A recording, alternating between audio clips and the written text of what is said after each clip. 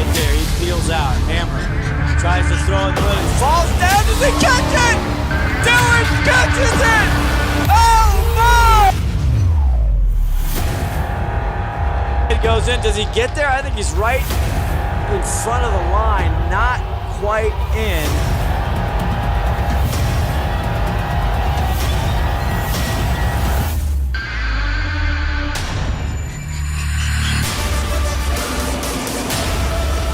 Got it, takes the handoff, now rolls to the right, still rolling, still being chased, now heads upfield, goes around him, man, at the 40, down to 35, heads infield at the 30, now he's down to the 20, you gotta be kidding me, he's down to the 15, almost down, he's to the 10-yard line.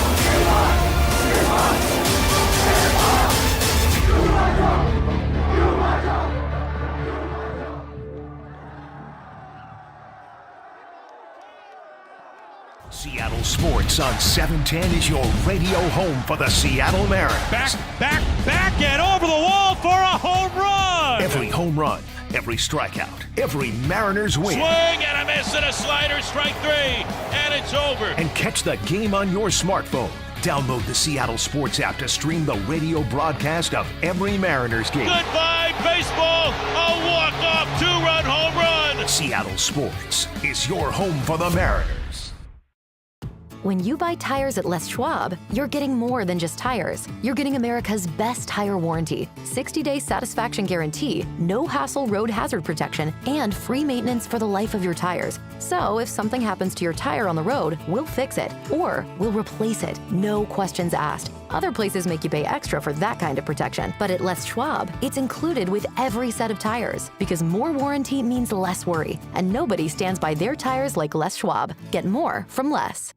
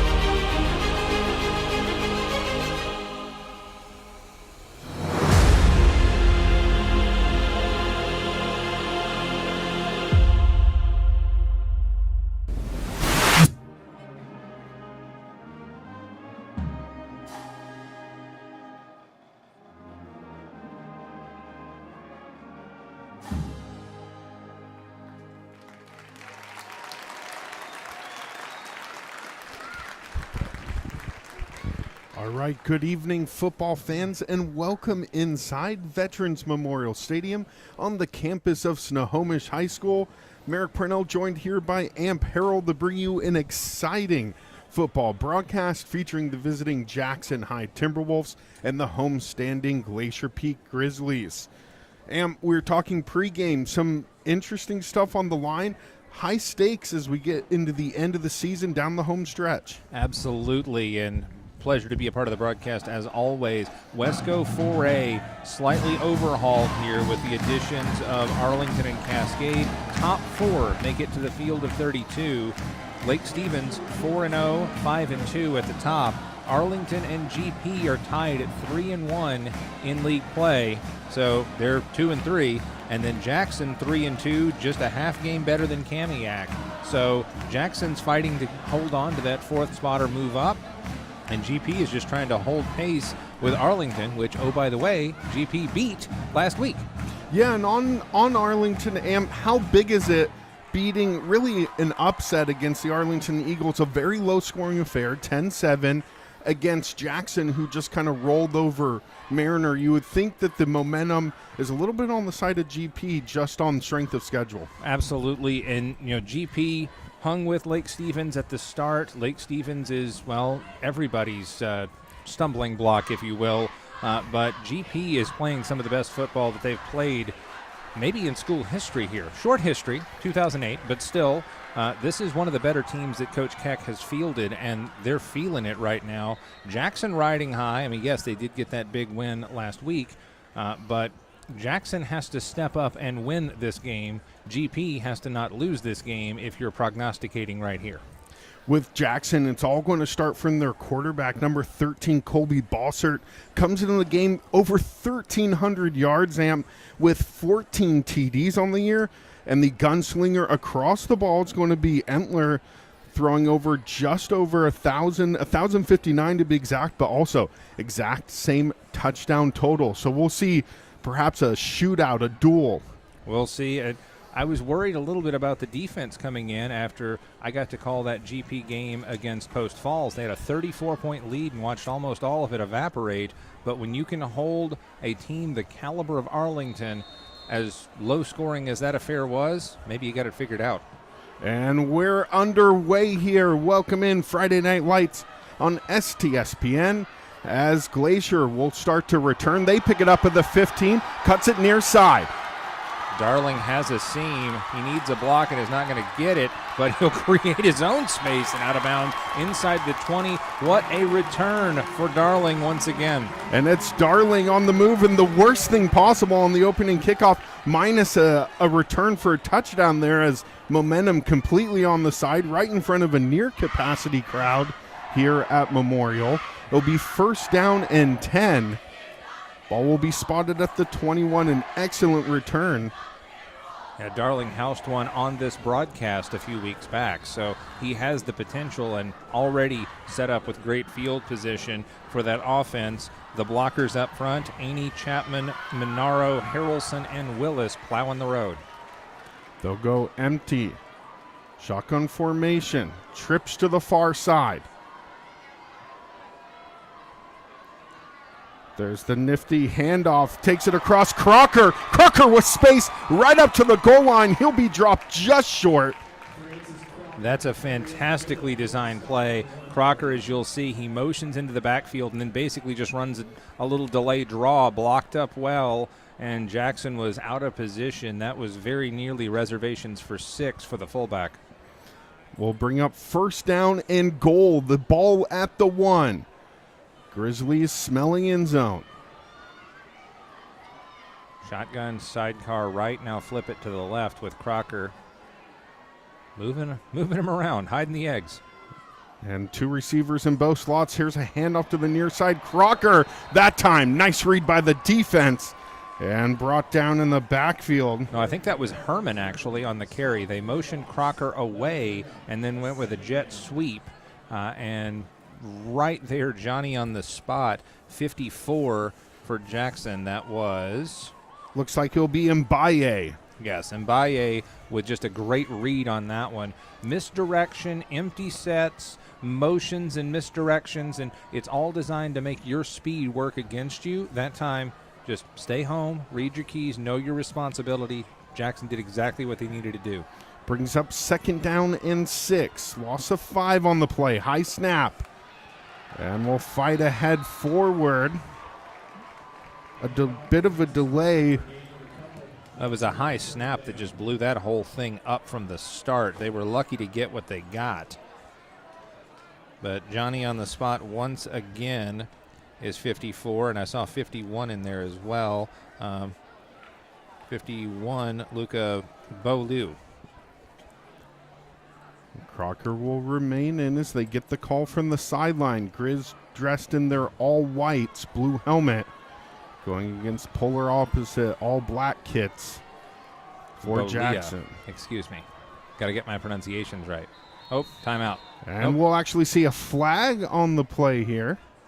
And timeout. So just as the play clock almost expired, just snuck it in. So timeout on the field, 9:45. Grizzlies had some promising moments and at one point had the ball at the 1 yard line, but a few comedy of errors have pushed them back here, Amp. Yeah, I think we may want to step aside for a quick break here and back with more in the first quarter here. No score on STSPN. Oh, we will keep it right here. Sorry. The voice is in my head. The guys in the truck not telling me what to do here. But I think that was one of those situations where GP was trying to get too cute. Sometimes you just got to give it to the fullback, ram it up in there, or run one of these tight ends on a little curl, get some space.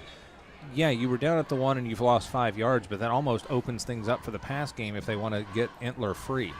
And especially if you're Jackson, too, you have Mbaye that's playing really well up front.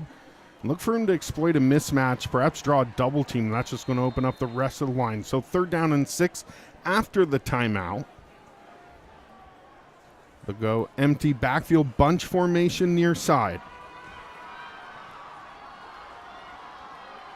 Student body right, perhaps. Crocker in motion to the left. Here comes Entler. He'll drop back, surveys the field. Entler will tuck. He circles in zone, and he's in for 6. Entler with a great read ends up tucking in after he sees coverage in the back of the end zone and cashes in for the TD. Lucas Entler has only carried the ball 13 times for 66 yards going into this game. Make it 14 times, and that is his second touchdown of the year with his legs. Just get everybody to sell out and take off. Love it. I thought he was going to hit Crocker as a little safety valve, leaking, but he just cleared everybody out. And no thanks, I'll do it myself. And the extra point is up. And good here. So 7-0 your score early in the first with the homestanding Grizzlies getting on the board. And we'll step away for a quick break. 7-0 your score, 9:38 in the first left.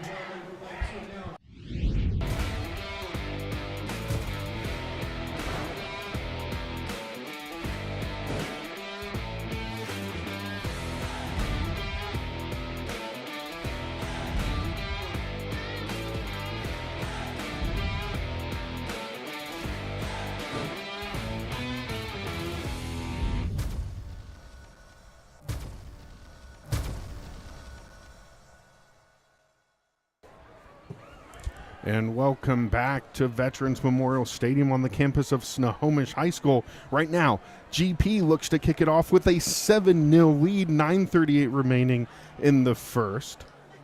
And you're watching Friday Night Lights on STSPN. Presented, of course, by Les Schwab Tires. Getting more from Les. Proud presenting sponsor since 2021. And we also want to remind everybody of our new media sponsor this year, media partner Seattle Sports, and that Seattle Sports app that lets you take us with you wherever you go.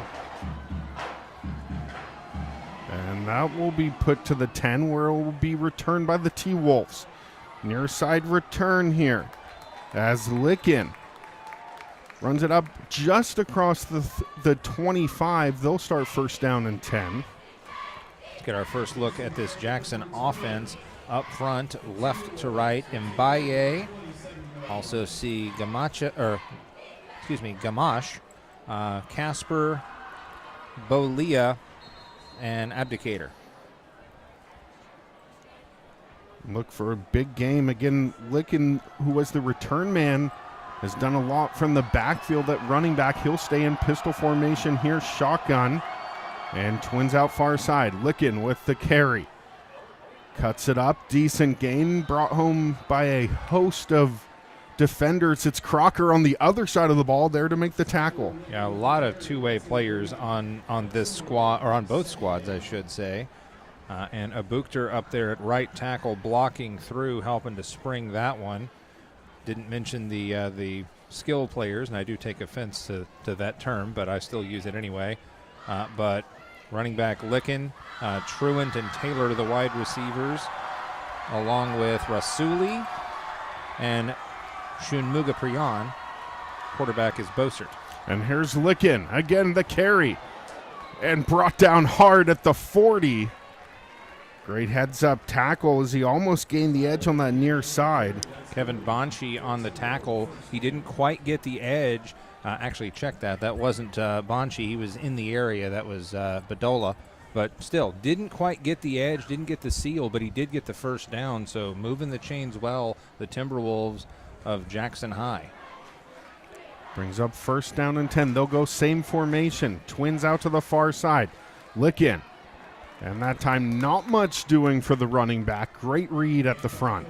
Yeah, it was a great read and a good stop up there. but Sherez, I believe, on the stop, plugging holes. But still, I'm seeing some tendencies here from this Jackson squad. They've studied tape, the coaches have seen some things, and they're really trying to get GP's aggressiveness to work against them, get them out of positions, and just rip some holes open for that running game.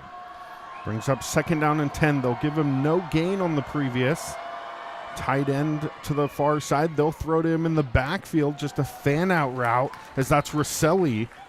That's brought down, maybe a loss of 1.5 on the play, Am. Yeah, that looked like it was supposed to be a screen, but there were no blockers, and it was almost like he caught it and did the old Looney Tunes thing. Blink, blink, wait, where am I supposed to go? All right, if I must. But, yeah, loss of, I would say, about 1.5 yards, brings up 3rd down and a full 11, and you're going to have to go to the air here if you're the Timberwolves. Bossert, a very competent passer. To amass 1,300 yards, and he'll operate from the shotgun here. 3-step drop, airs it out over the middle, has a receiver, and he'll draw the flag, closely guarded along the near side. And Darling in the area and in pursuit. Let's watch the replay because he threw the hands to the sky like, what was I supposed to do? Well, he was trying to make a play on the ball, but I don't know that I disagree with the flag there, especially at this level. And they wanted to go to Truant, which has been one of their top receivers, 700 receiving yards thus far. So that'll be a big penalty against the Grizzlies, and that will bring up a 1st down once again for the Timberwolves as they keep the chains moving. That's what you got to do in this one as you fight for a playoff spot. Another look at that passing play here, and just kind of got arm and leg tangled up. I love the view on our sideline there. Coaches were even like, wait, what? Let's set your defense briefly for GP. Green, Sherez, and Bridges up front. Well, I don't want to get in the way of the play. This will be 1st down and 10 from the 45. They'll operate, and timeout here. Didn't quite look like the look up front. Yeah, Timberwolves wanted to timeout and talk about it this time. So we'll step aside for a break. 7-0 Grizzlies here on STSPN.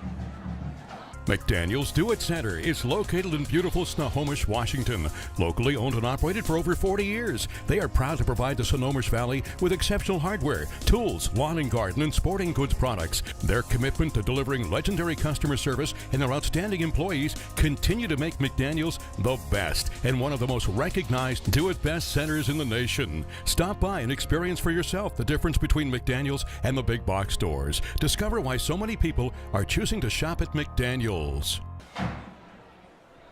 And we're back. After the timeout, will be 1st down and 10. Ball at the 45. Jackson driving well on their opening drive of the ball game. Shotgun, drop back. Bossert has a man just deflected right across the middle, intended for Matt Taylor. Falls incomplete. You know, I love the call. That is rolling the dice. You took a strike on 3rd down, and you were rewarded for it. You didn't quite have all the pieces in place, and out of that timeout, you've got all the time in the world to set up what you want. Why not take a strike? They didn't go deep. They went with a medium crosser, went with a slant, something relatively safe. Still kind of threw it into traffic, but 2nd and 10, might keep it on the ground this time. 2nd down and 10, 45. They'll go one in the back, tight end or slot brought back in, and we'll try and air it out to the far side. And that falls incomplete. Looks like he wanted to go to number 4, Seamus Williams. Yeah, just tried to drop that one away from the defense, just sort of building a wall, shielding that one off. But back-to-back incompletions, and now you're behind the sticks, 3rd and 10. Setting the rest of the defense, it's Quist and Fullerton on the outside linebacking core. Scrafford and Jenkins inside. Cornerbacks going to factor in here Badola and Olsen. Strong safety is Darling, and Kevin Bonchi is the free. With trips near side, Bossert drops back, puts some air under it, has his receiver, and that's caught. A big haul in there. That was number 8, Cole Truant again, dialed up their leading receiver for the big 1st down. Yeah, just a little seam route there and drop that one right over the top. That was a pretty ball, and blanket coverage by the safety, Michael Darling. You thread the needle like that, you're going to get some looks. And Truant does have the long reach that he can use at advantage, almost like a Jimmy Graham-style receiver, as it'll be first down and 10. And they'll snap and hand off a bit of a jet sweep along that near side, as it looks like Matt Taylor, or Seamus Williams, rather, wrestled just near the boundary. Yeah, and again, the misdirection, a little bit of GP's own medicine there, and great job by Seamus Williams just to keep the legs churning and try to go north and south. This is a Timberwolves team that knows they got a shot. And that was Bedolia that brings him down for GP. Second down and 8. You know, what's really driving these young men is they want the shirt, the Adrenaline Fundraising Player of the Game shirt. And we'll have that presentation for you in the post game, as there's a handoff now, switches to the far side of the field. Get some Trey Austin. Counter movement, froze the linebacker, got the suck in, and then just the seas parted. Touchdown, Timberwolves. They snuck in Trey Austin for the cameo. Usually Licken would be getting the carry, and is able to sneak past the defense for 6, puts him on skates. That is outstanding.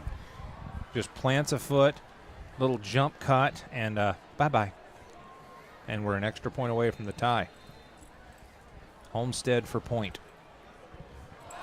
And it's blocked. Just got a pop there. So 7-6 your score. 6:32 remaining in the first. We've had action-packed opening moments here, Amp.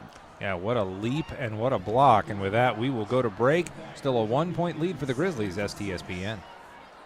Hey there, laddie. Do you have a fallen tree or a forgotten log? Do you have some old wood planks that'll have a story I'd like to tell? Great. They'll mill it, prepare it, and finish the wood for your unique project. Let them take your storied old wood and turn it into a world-class piece of art. Grit, handcrafted, is something that will be treasured for a lifetime. And welcome back. The opening drive for the Timberwolves results in 6 points, as their extra point was blocked at the line with a nice effort, but nonetheless an excellent sustained drive using up tons of clock, and we'll see how GP responds here, Ham. Yeah, we're basically 6 minutes into the ball game here, and practically a tied ball game. That extra point is going to loom large potentially down the stretch, but the long ball, the passing game didn't work until suddenly it did, aided by a big penalty. Let's see if GP can take the momentum right back. It's a shorter kick, rolls just fielded on the other side of the boundary. Oh, no. That was a brain cramp, my friend. That was a total brain cramp. Do we have replay on that one? Just because that one was bouncing towards the sidelines. If it checked up, then it was a good play. But if it didn't, that could have been, 35-yard line to scrimmage for a kick out of bounds. So we'll be spotted at the 11. I like the idea of just lining up in that pistol set and just putting my best big dudes against their best big dudes and just ramming it down Jackson's throat if I'm GP. But watch him go out and air the football out. It'll be Entler shotgun with Crocker near side. He'll drop back, looks for Crocker, and complete along the near side. And chugs it up across the 15, finally ushered out of bounds. And a quick look, that time, GP using some of the aggressiveness of the Timberwolves against them. Yeah, I like that play. I wasn't looking for it, but then again, neither was Jackson. Just leak the running back out of the backfield. It's not a deep pass play. It's not a running play. It's sort of somewhere in between, and it's good for about 7 yards. So 2nd and 3 is a nice place to be in. Again, shotgun formation. They'll switch Crocker directly behind Entler. Got a ginch back left. Watch it run that way. The punchback hesitation, draw play, not much doing. Maybe a gain of 1. Yeah, I've said it before. I might say it a few dozen times that if the guy in the booth who's never played football knows where the ball's going, so does the other team. Good job to hold your water if you're the Jackson Timberwolves and just sniff that one out for a short gain of about 1.5 yards. The Grizz will have to convert 3rd down and 1 here. And this is not a situation where it's 4-down territory at all, but you know, 1 yard, 1.5 yards. I don't know. I'm not upset with however they draw this play up. Entler will roll far side. Scanning the field, tuck and run. Penalty flag flies. And might have caught someone with a hold around the edge. We'll check the penalty. Yeah, that was thrown in the area of holding. There was a little bit of a chip block there as well. But I didn't see anything nasty with that play from Crocker. So a crackback block. Like a crackback. If that's what I think it is, I don't like that call because, yeah, Crocker tapped the shoulder pad on a guy who didn't have his head around, but that was incidental. Was it holding or blocking the back? If it's blocking the back, I didn't see it, but that was thrown with authority. So right up against it, so that will back him up. Yeah, that's going to hurt because that was a well-designed play again, just running that spread, that power spread, and just stretching everybody out. And who's got the robber? Who's got the spy on the quarterback? And he just takes off. That brings up 3rd down and 14 to go. Having to dig themselves out early in the game. Man in motion takes the wheel route. Entler looking deep, checks back down. Nice completion. Has a receiver. Herman Belaine, but he doesn't get a whole lot there. Oh, I didn't even notice. They gave him the 1st down and then marked it off after the fact. So we went from 3rd down and 1 to 1st down and, what was it, 15? Yeah, first and 14 on that one, and that will bring up. Oh, nope. They reset the scoreboard. Somebody got a little ahead of themselves. So that was a 3rd down and long, and now it's 4th down and long. Trying to manifest early and GP to punt. Don't want that mysterious 5th down. Seamus Williams back to receive, puts a leg into it, and he'll call for the fair catch. He'll have it here just shy of the 45-yard line. That was a very smart play. That was an awkward snap. Low snap, picked up, got that one away, no block. But if you can get the fair catch and have it in plus territory at about the 40, that is a very smart play. You don't have to get greedy. Since the officials have already factored into this a little bit, I did want to point out we do have the names of these officials.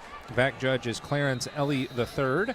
Head linesman Marcus Dill. Line judge is Donald O'Neill. The umpire Dean Corcoran. And the referee Jeff Matson.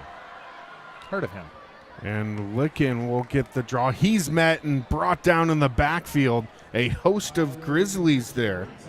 That's the old let him play kind of thing. I thought that one was blown dead already.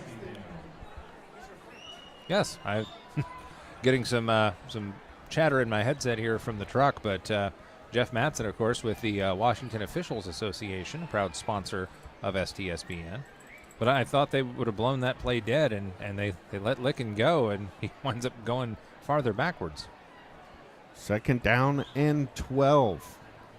Not what they wanted coming out as Jackson leads trails 7-6 rather. They'll go empty here. Trips far side, and they'll hit for the far side, and it's intercepted. Read the receiver all the way, wanted to go over to that far side again to Truant. Isaiah Olson says that one belongs to me. Olson read that one. He was running the route better than the receiver was, and honestly, when he let that one go, you might, if you click the back button a couple times, you might hear me groan because I knew that was a pick. I could tell from the moment it left his arm. And Olson, by the way, he's another one that wants the shirt. His grandparents listening, and I was told, what's he got to do to get player of the game? making a case for it early here with 3:42. GP will start first down and 10 from the 21. Be sure and like and subscribe. Follow us on all the socials, by the way, STSPN.com and the Seattle Sports app. With twins both sides, shotgun, formation. Here's the snap. That's blown dead as we might have had a delay of game from the back judge coming in. Oh. You had a better angle on that than I did. The back judge was shielded from me. He was behind the pole. The pesky pole. So we'll have another penalty. They've been plagued early, both teams, with the yellow flag early on. Yeah, only a 1-point lead for the Grizzlies. Coach Keck is not going to be happy with this one, and just say a little prayer for the boys in the halftime locker room. First down and 15. Have their work cut out for them. Got the stack here. Watch for a possible screen. There it is. We'll hit the screen on the far side. Good read, Amp. Thank you, sir. And that one was almost blown up, but a second and third effort, and gets nearly a first down out of that. You watch the convoy, and coming back into the play, nice little block. Oh, ball came out. So a couple of things happened on that one. First of all, the late block by Khalil Chim to spring that one. Second of all, ball popped loose, and Cade Willis dove on the grenade to save the possession. And that was Fullerton with the reception there. So tons of action. Second down and 3 with the ball at the 28-yard line. Man in motion. Take the snap. Entler rolls near side. And will hit the motion man. That's out across. And Isaiah Olsen, another penalty and some late pushing and shoving that might have been some spillover from the previous play. Yeah, there's some chippiness. These are two teams that don't particularly care for each other all that much. That play took a little longer than I expected to develop with the way that Olsen was on his own. He was on an island. He kind of stuck his arm up, and ran that little shallow dig route, and they found him. He had to come back for it, but they found him. But, yeah, got to watch the tempers. This is an important league game for both teams.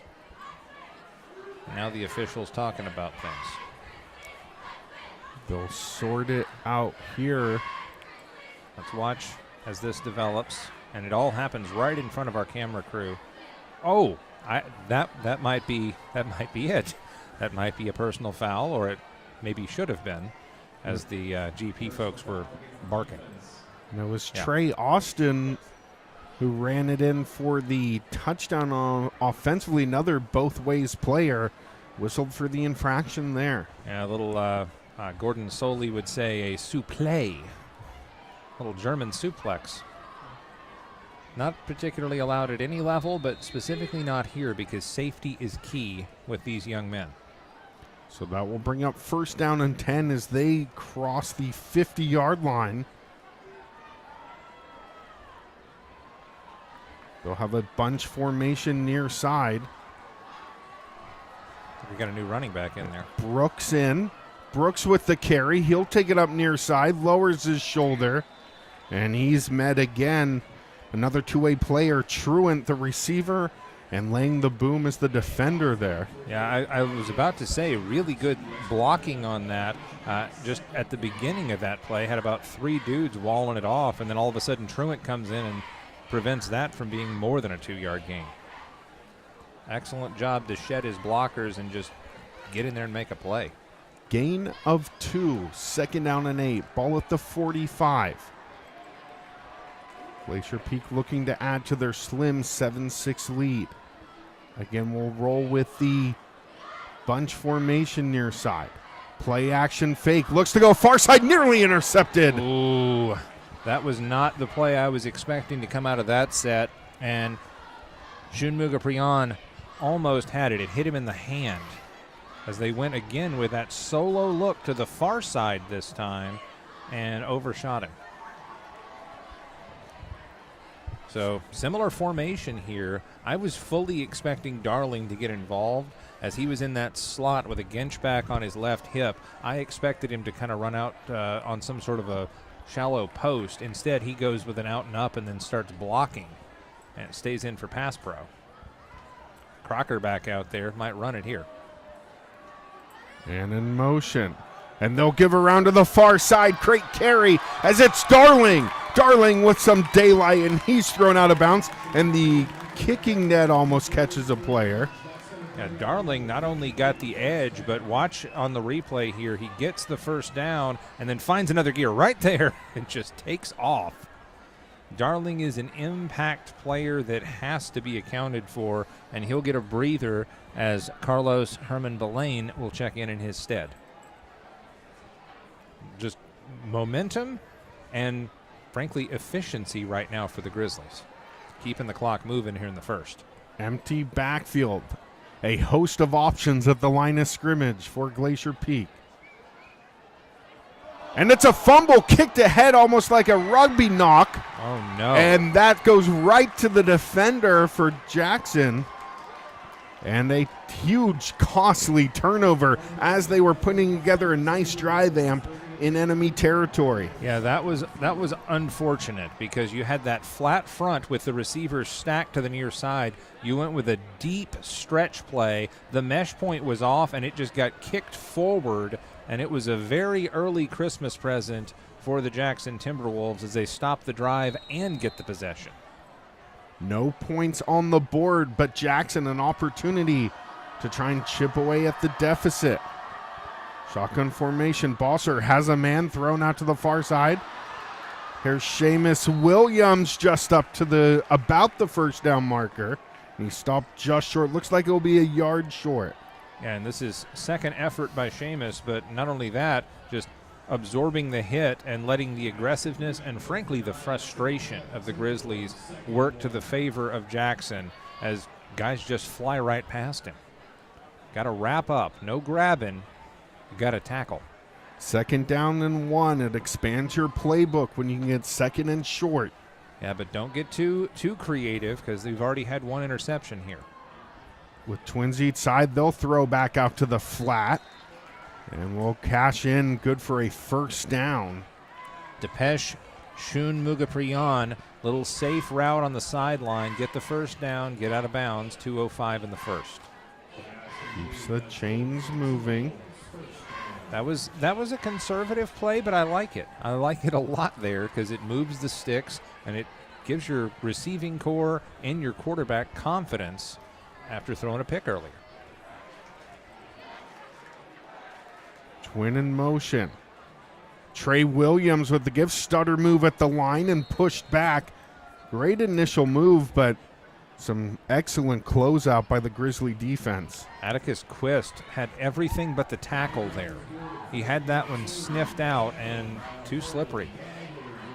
Got to work on those fundamentals, especially as we get closer and closer to the postseason. This is a game that does have a lot of weight to it, but this could also be seen as an early tune-up as we're that much closer to the field of 32. Definitely feels like a playoff atmosphere with both teams, especially Jackson, really coming to bring their A game. The shotgun formation. Bosser drops back, just overthrows his receiver far side. Yeah, Shun Mugapriyan, he's floated that one about 3 times. If he can get that ball a little bit lower, then that's going to be easy money in this game with the way that defense is playing. Yeah, that route's been open several times, and they have tons of traffic, and they're in great break off the ball. So third down and 8, we've seen them convert before, and they'll try and do so here. Trips near side. Haven't done much of anything to the near side. I wonder if that'll come into play. Bosser drops back, looks downfield, has a man. That's deflected and incomplete. Yeah, tipped up and nearly into the hands of Kevin Bonchi, but nothing doing there, and a good stand by this GP defense after the turnover, the unfortunate turnover on the fumble. It was kicked ahead. So fourth down and 8. This would be a big stand for GP if they can dodge any kind of damage with the knock ahead. Cole Truant, the punter here. Good snap. Truant can do it all. Defensive standout, punter, receiver, and he'll get it. It takes a GP bounce. Seamus Williams with the touch-up. With 1:04 remaining, Grizzlies up 7-6.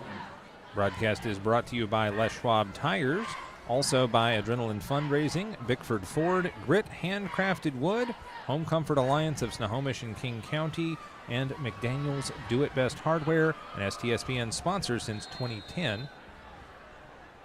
Want to tell us about the new media sponsor we've got? Yeah, new media partner, an exciting one, and SeattleSports.com. And you can listen and watch Friday night's game on Seattle Sports app and SeattleSports.com. Pistol set here for GP. On 1st down and 10. And they'll smash ahead. Crocker along the far side. Talked about a rugby scrum. That's what that one was, Cowboy, and little delay of getting everybody unstacked. I like the principles of how that one was set up. You run Herman Boulain across on the fake jet and then go right underneath it. It's got all the cross-trap principles and makes you play assignment football. So good work to get those 3 yards, and that may be the last play. Nope, we'll have one more play before the end of the first. 2nd down and 7. Glacier Peak looking for a mulligan from their last drive where they fumbled it in Play fake. Jackson territory, and that's nearly caught. Had a receiver along the near side and wanted to go along to Carlos Herman Boulain.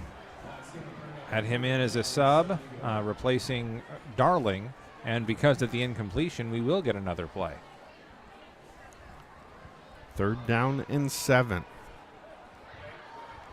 This has not necessarily gone the way that GP drew it up, especially with that kick-ahead fumble, but still up by a point, and another opportunity here in the first quarter. These shotgun trips far side. Will just be twins, rather. No tight end along that far side. As Entler will tuck it and run. And great read again. A host of black jerseys around. And just stopped him short of the line to gain as things expire. And we've reached the end of the first frame. End of the first quarter, Entler will scramble, and with that, we'll take you to a break. Back with the second quarter call after this. Grizzlies 7, Timberwolves 6 on STSPN. SWCC is an acronym, and it stands for Special Warfare Combatant Craft Crewman.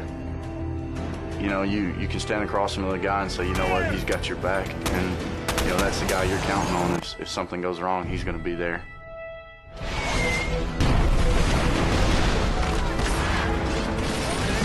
In the end, we're fighting for each other.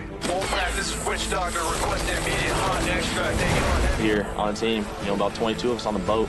You know them personally, so you know exactly whose life you have in your hands. Everyone's come together, and everyone's sole mission is to do their job individually as best they can to benefit everyone else in the boat. I got a brotherhood, and it's a real brotherhood, and it's a loyal and honest brotherhood, and that's what matters.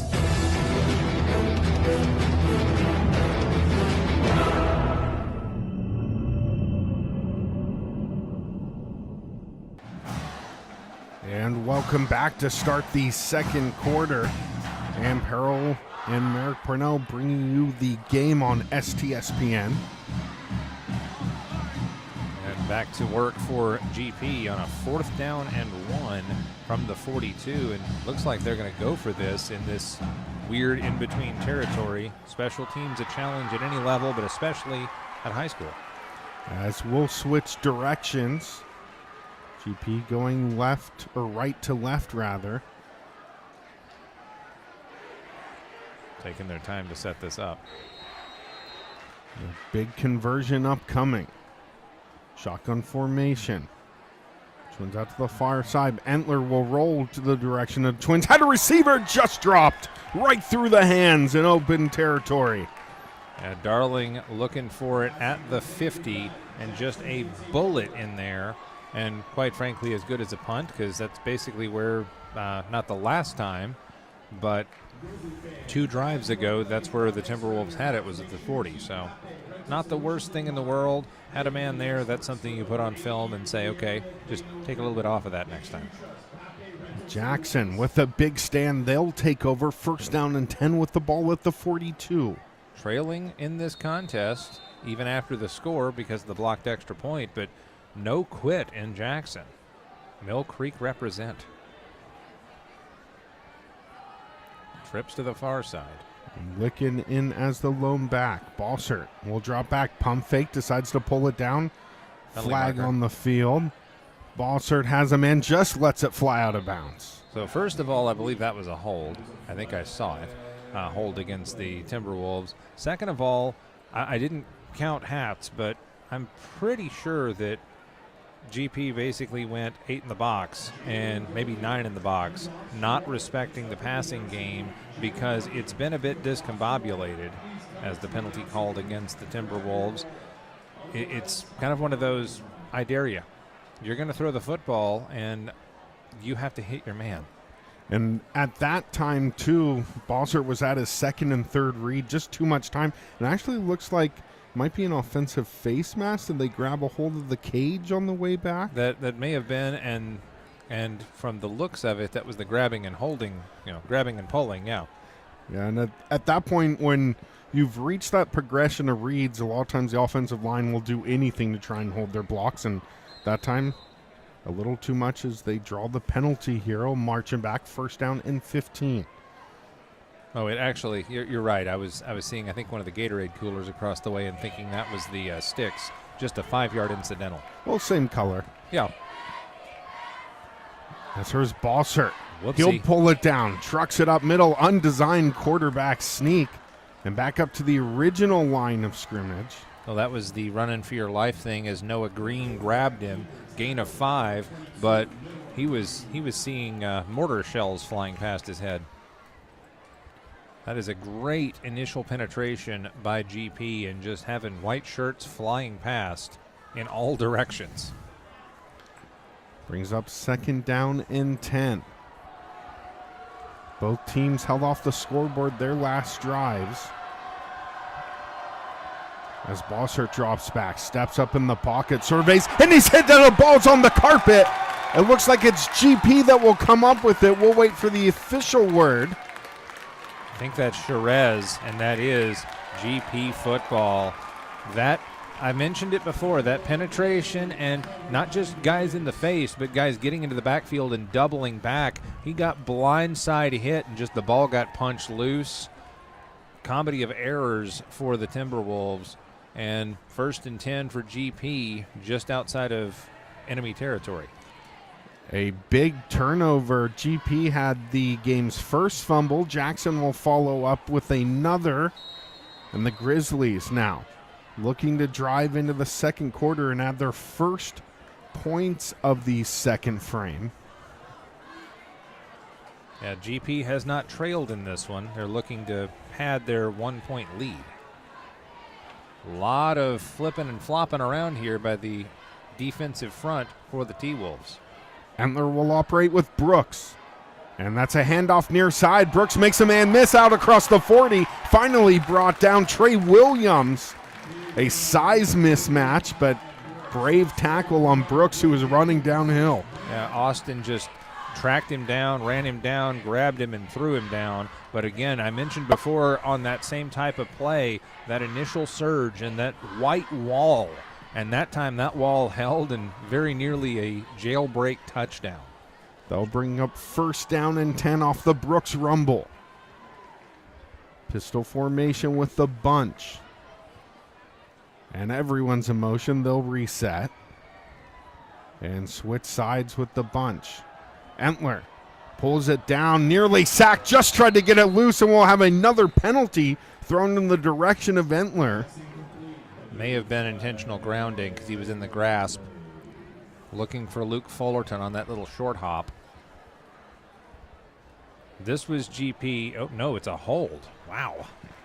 So holding will be the call against Glacier Peak. I was going to say that was an attempt for GP to flex some muscle here and try to put little brother away in the second quarter. And little brother says, "Not so fast, my friend." A persistent Jackson team so far. Now, this is a motivated Timberwolves squad that knows they have an opportunity to get noticed. The Anders 3 projection still has them as the 4 in this league, they could at the very least hold on, maybe even move up if somebody slips.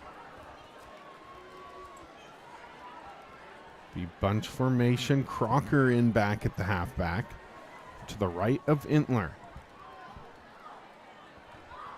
On 1st and 10, it will be Crocker with the give. And Rosilli there to bring him down. Rosilli, one of the tackle leaders on the club for Jackson. Yeah, Licken also cleaning that one up as well. They get right in the face, and Crocker tried the stiff arm and was, found wanting. Broadcast also brought to you by Monster Energy Drink, the U.S. military, the Washington Officials Association, and again, Seattle Sports. Brooks back in at halfback, right behind Entler. And he'll give to Brooks.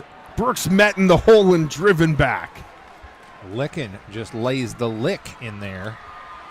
And I feel like that's a size mismatch, but didn't really matter. Licken won. Yeah, a lot of times in the trenches, the low man wins, and Licken there, able to use momentum, sheds the blocker and gets himself in the hole. Good stop and good battle here. 3rd down and 20 upcoming for GP with the lead. See what they pull out here is it's 3rd down and almost a mile. I might look for a check down or a slant, try and get about half of it and go for it on 4th. What have you got to lose? And they'll keep Brooks in at halfback. Entler scrambles. Entler looks downfield. Had a receiver almost intercepted as he let him a little bit too much. As Truant was there, tight coverage down the seam. You know, I'm not in the huddle. I don't have the earpiece in from the coaches. That's almost one of those chuck and pray kind of things. Not even for your man to catch it, but hope that somebody grabs cloth. Because it's a 50-50 ball. If somebody just their eyes get too big, I can't risk this. You grab that receiver who has no chance, and it's a free 15. Well, and we've seen the early precedent, too, with the deep pass interference call in the early minutes of the game. Absolutely. As on 4th down and 20, GP will punt here, gets a leg into it. That's going to be a nice punt. End over end kick, and it took a Jackson bounce before being grounded. Well, we had us a defensive battle last week with Arlington and GP.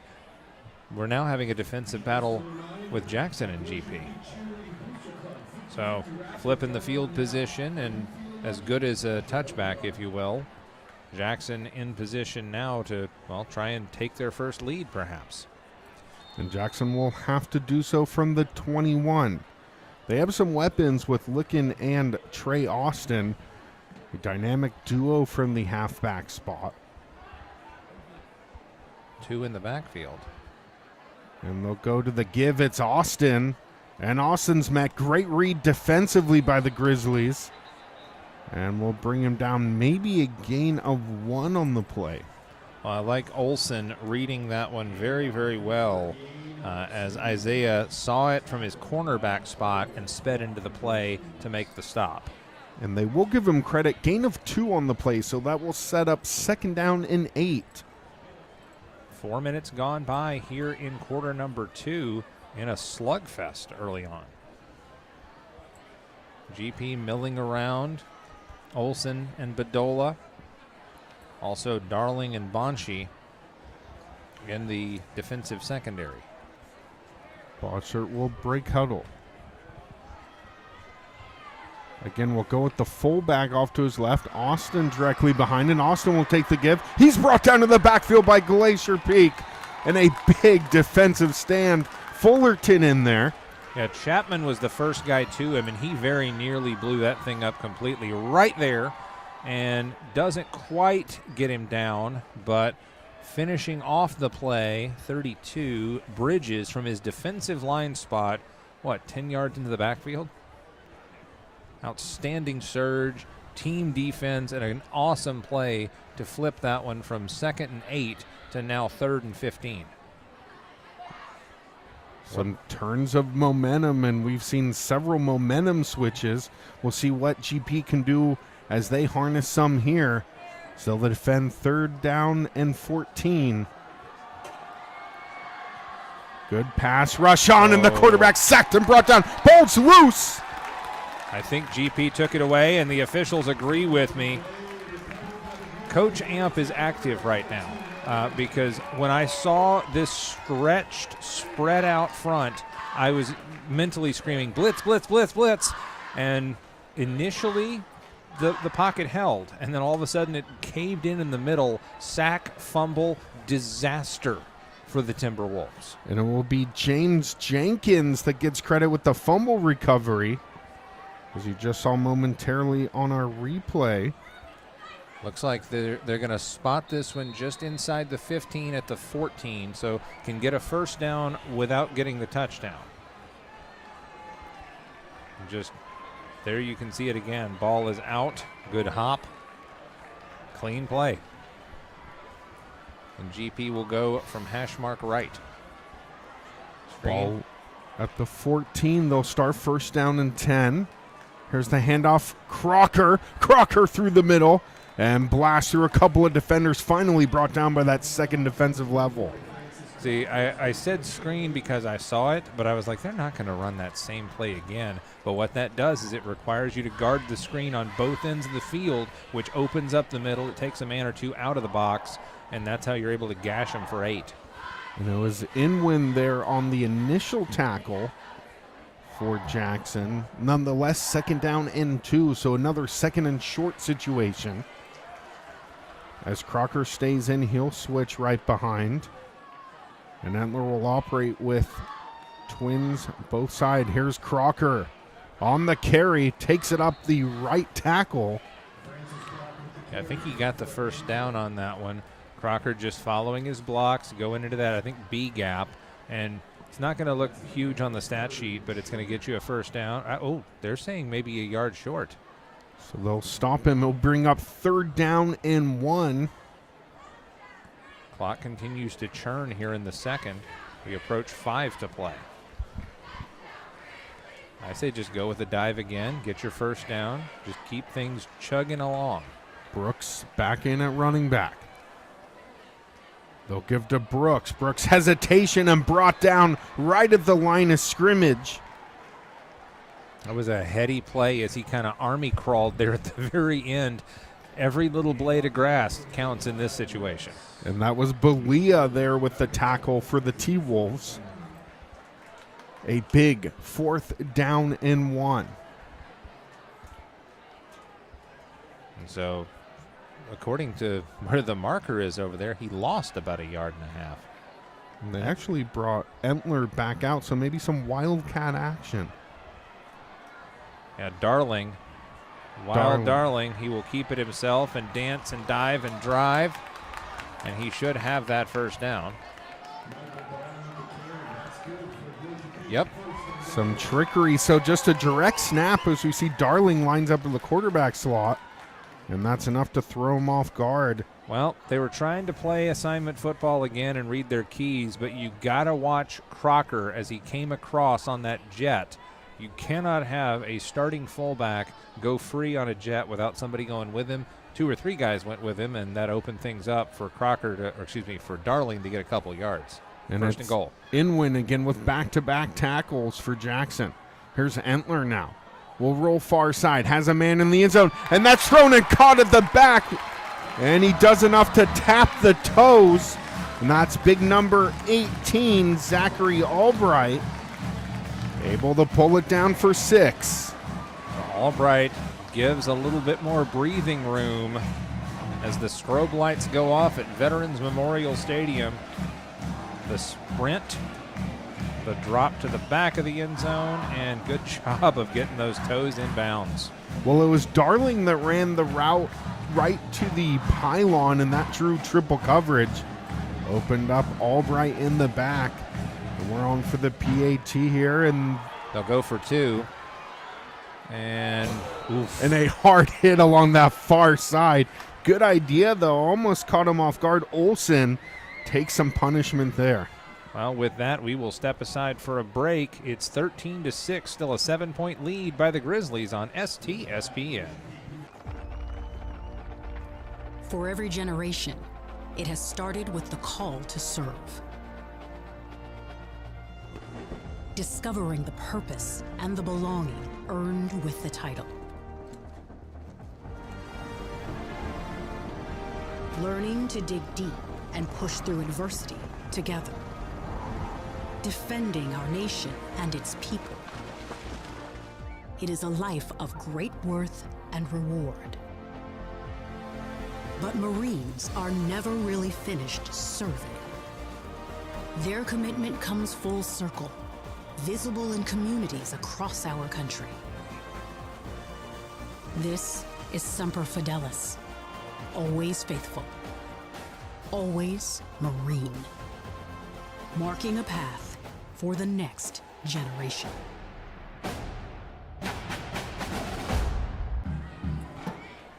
And welcome back. Glacier Peak with a nice drive after the fumble recovery. Cashes in and they lead 13-6 with 4:03 remaining in the third. And Zamola will put it. Spiraling kick just stops at the goal line and takes a bounce back with the backspin, and Trey Austin returns. The old chip shot, perhaps. And now, with only 3:56 left, call it 4 minutes left in the first half of play, now back down a full touchdown. And let's see what Jackson has in its bag of tricks. The passing game has been, we'll call it fits and starts. And they have hit some big plays. The underneath stuff really has not been there for Jackson. And I think GP's basically willing to sell out to stop the run and say, no, you guys figure out your pass game. And they do have some running options too with Licken and Austin, but they've kind of abandoned that game plan their last few drives as they'll start out trips near side. Bossert will tuck and run. Had to be careful though, almost got it stripped as he ran across the line of scrimmage. Didn't switch the ball out to the boundary side hand. What is it they say, carrying it like a loaf of bread, not a baby. And you've got to take care of the football there. But I still like I won't call it play design because they definitely didn't do that on purpose. But when you get everybody out in coverage, it's going to open up space and scramble. Take what the defense gives you. Substitution late for GP, but still completely within the bounds of the clock. Willis and Bridges out on the D-line. Here's the shotgun snap. Bossert has a man along the far side. A nice drop in coverage. That was a good one to Matt Taylor underneath. I called him out. I said, you gotta beat him with the underneath stuff, and that one a little bit high, but a little lollipop, and first down. I like the play selection for the folks from Mill Creek. And a nice tackle by Bedoya.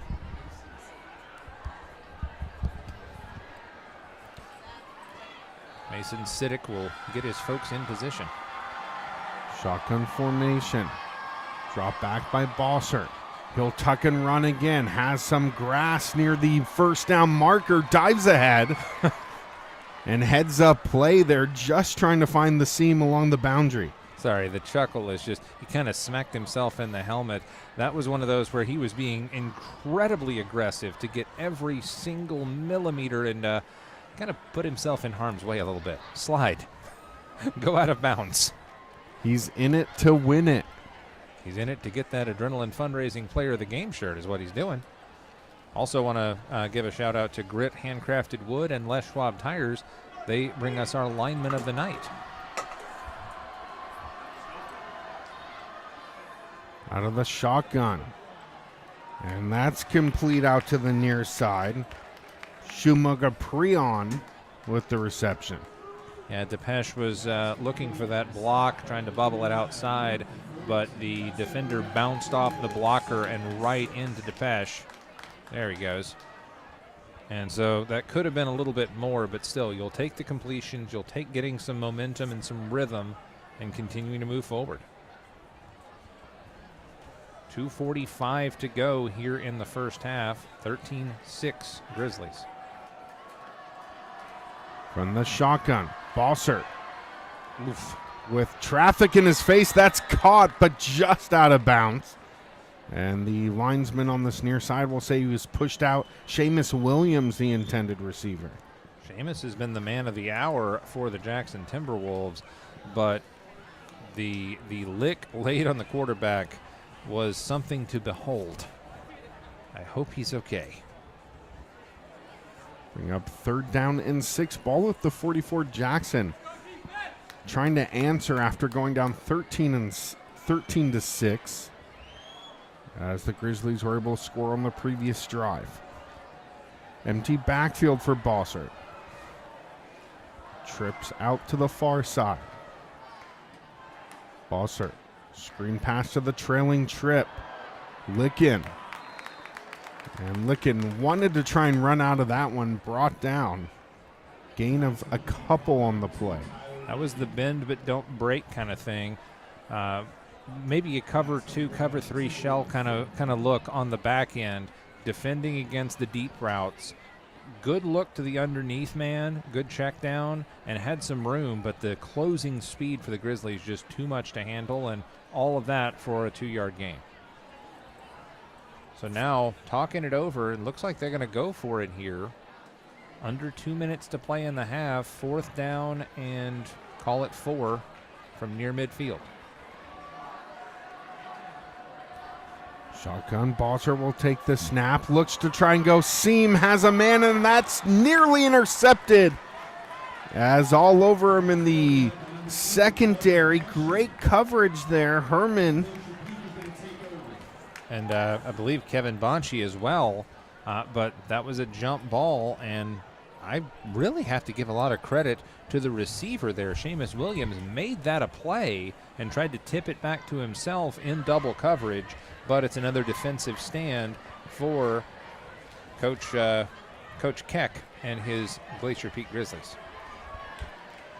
Grizzlies celebrating and honoring the seniors on the cheerleading squad and on the dance team tonight. Good crowd here for a big battle as GP tries to hang on to 2nd place in the 4A North, or excuse me, the 4A. Brings up 1st down and 10. Grizzlies trying to add to their 13-6 lead. As Antler rolls out near side, has a receiver caught along the sideline. Nice second move. Some hard fought YAC as that's Albright able to reel it in. Yeah, and Hasib Rasuli with a hard hit to finish that off. Breaks free, and Rasuli says no. Lays the wood. Hasib Rasuli, one of the captains on this Timberwolves squad. The leader in tackles for Jackson. 2nd down and 2. They'll go Albright again along the near side. Back-to-back plays to the big man and falls ahead. And he's so long that every time he dives ahead, he'll pick up an extra 2 or 3. Got to fall forward. That's a very big key. They're also working the short side with just one guy towards the boundary right. See if they come back to that. They also faked with Crocker going that way as well, and nobody bought it. 2nd down and 10. Ball at the 34. GP putting together a late half drive. Man in motion. That's Darling. Entler. He'll look to throw. Wants to go deep. Has Albright. And some hand fighting. No penalty marker. Ooh. As Albright was in double coverage and trying to stave off 3 different sets of hands chopping in there. Does not draw the penalty marker. I'm a little bit shocked, but the official had better view on that than I did. He was right there staring right at it from behind. But the pump fake, that was a senior move from a cold-blooded quarterback in Lucas Entler. He froze the linebacker and then just puts a little air under it, and hand fighting, as you said, no penalty. I thought there was a little bit of chippiness, but maybe not. Crocker in motion. Entler will throw, has his receiver, and that's caught. Oh, incomplete, dropped at the last second. Tried to go along that near sideline again for Chin. And Kalel could not hang on to that one for the short gain, and it'll bring up 3rd down and 10. The pocket presence for Lucas Entler. He kind of reminds me of a very young Spencer Rattler, the former Oklahoma quarterback who's now an NFL starter. Calm, cool, collected, just hits that back foot, bang, ball's out. Goes through his reads, too. We've seen a couple completions based on the second and third read as Entler will operate with Crocker, the lone back. Hesitates, nearly sacked, just gets it out. Almost completed fire drill. Oh, man. There was a lot that went wrong with that play, and it almost went for yardage. Because it all starts, I don't know if anybody else noticed, but there was a mesh point issue on that play fake to Crocker. They ran into each other, and that blew up everything, and he almost finds Crocker on a little flare to save his bacon. Officials having a discussion here, but I didn't see a flag. And we've seen a couple of mesh point issues, as you've called them. One of them resulted in the knock-ahead fumble. Yeah, that was one of the weirder plays I've seen in a 20-plus year career of covering football. So GP on to punt. As Williams, the return man. Nearly blocked. Bounces along the goal line, will fall into the end zone for a touchback. And so with 1:03 left, 80 yards to go for Jackson, but their defense just playing very well so far. They've stepped up and answered on plenty of occasions, but the offense hasn't been able to get it clicking late in the first. Yeah, that's a tough one, and again, that missed extra or blocked extra point looming large in this one. It's still a one-score game, but it caused the Grizzlies to go for 2, and so now we're going to be chasing points all night. The Grizzlies will start first down and 10 with the ball at the 20. Balzer has Williams. Or Trey Austin. Trey Austin with the burst of speed up to the first down marker. And met just at it. We'll see if he has enough for the first down. That is a clinic in how to run the football as he just kept the legs churning. He bends a little bit so he can drive. Back to action here. And they'll get the snap off before the markers move down. And they're able to get the play. They tried to hurry up there. Falls incomplete. I'm surprised they didn't blow that dead. Yeah, the chain gang wasn't set. They left it behind Cole Truant, and so we'll do it again with the clock stopped on the incompletion. Second and 10, 37 seconds left. Broadcast, of course, brought to you by Les Schwab Tires. Get more from Les and from SeattleSports.com and the all-new Seattle Sports app. So second down and 10, 37 left. Jackson and Glacier Peak both have 2 timeouts left. See if those come into play here. Use them while you got them. Passing attempt thrown out. Truant is able to haul it in. Ball slipped out just briefly. I think he was down, but good instincts by both sides to find that football when it comes loose. They ran that diamond formation, and now do we have a timeout? And we'll have a timeout as Jackson wants to talk things over with 26 seconds remaining. Grizzlies 13, T-Wolves 6, and we'll step away for a break.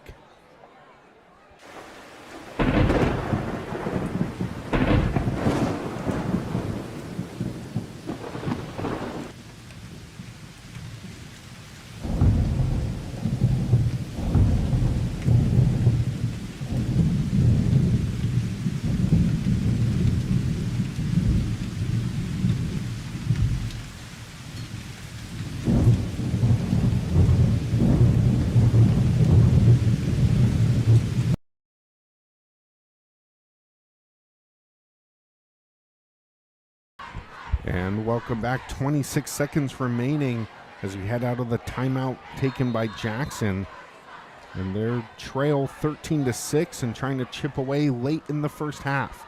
Balser drops back to pass, has a man open along the far side, and met quickly and dropped. Fullerton's eyes got wide, and he just teed off as there's the timeout. And we may want to keep it right here because what I noticed on that play as it brings up now 4th down and 7 is GP immediately came out of that timeout and went with a 3-man front. They went deny. They went prevent defense to try and, I don't care if you complete it, we're not going to deck your quarterback immediately because we don't want to get burned for 7 yards, 10 yards, 20 yards. They gave up the underneath, immediately tackled him, and forced another timeout here with 18 seconds left in the first half. So I'll bring up 4th down and 3. A few different options here, but time definitely working against Jackson. They still have 1 timeout left.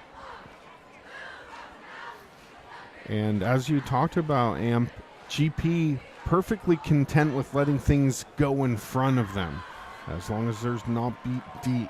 And keeps the clock moving. If you get that completion in bounds, then the clock is your friend if you have the lead in the first half. Jackson will get it in the second half, by the way, so chance to bookend possessions here for the T-Wolves if they can get a score, but probably wise to punt here. But they won't. Here's Bossert. Wants to go long, has a man down the seam, and it's caught. Seamus Williams again. And a bit of a pile-up on the ball. They thought it was loose briefly, and that will move the chains.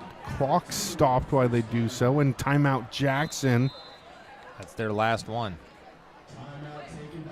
So use them if you got them with timeouts here late in the first half. Yeah, that was one they had to burn that one, because with the completion in the middle of the field, only 10 seconds left, you'd be lucky to get a playoff. But they get the conversion, they get the first down, they get another crack at it here, as just finding the man right in the middle, soft spot. Tackle on the play by Bonchi, excuse me, Kevin Bonchi. And another first down for the Jackson Timberwolves with 10 seconds left. Spreading them out. I think the play changed from the sidelines as Taylor brings it in. Bossert has Trey Austin to his left. He'll drop back. Has a man open, and that's intercepted by GP. They'll take it back the other way. This could be trouble. Bonchi, and he is cut down from behind.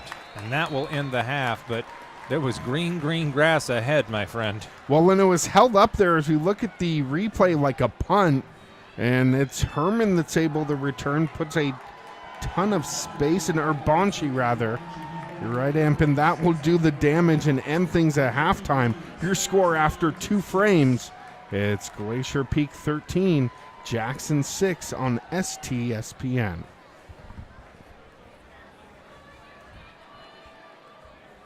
McDaniel's Do-It Center is located in beautiful Snohomish, Washington. Locally owned and operated for over 40 years, they are proud to provide the Snohomish Valley with exceptional hardware, tools, lawn and garden, and sporting goods products. Their commitment to delivering legendary customer service and their outstanding employees continue to make McDaniel's the best and one of the most recognized do-it-best centers in the nation. Stop by and experience for yourself the difference between McDaniel's and the big box stores. Discover why so many people are choosing to shop at McDaniel's. Seattle Sports on 710 is your radio home for the Seattle Mariners. Back and over the wall for a home run. Every home run, every strikeout, every Mariners win. Swing and a miss and a slider, strike 3, and it's over. And catch the game on your smartphone. Download the Seattle Sports app to stream the radio broadcast of every Mariners game. Goodbye, baseball. A walk-off 2-run home run. Seattle Sports is your home for the Mariners. When you buy tires at Les Schwab, you're getting more than just tires. You're getting America's best tire warranty, 60-day satisfaction guarantee, no hassle road hazard protection, and free maintenance for the life of your tires. So if something happens to your tire on the road, we'll fix it, or we'll replace it, no questions asked. Other places make you pay extra for that kind of protection, but at Les Schwab, it's included with every set of tires, because more warranty means less worry, and nobody stands by their tires like Les Schwab. Get more from Les. In 1934, Bickford Ford opened their doors in Snohomish, Washington, and they've been an active part of the community ever since. So when you're looking for a new Ford truck, SUV, or hybrid, or if you want to take advantage of your current car's value, start at the place you can trust, the one that's been around for 89 years and is Western Washington's #1 volume Ford dealership. Family-owned Bickford Ford. on Bickford Avenue in Snohomish or online at bickford.net.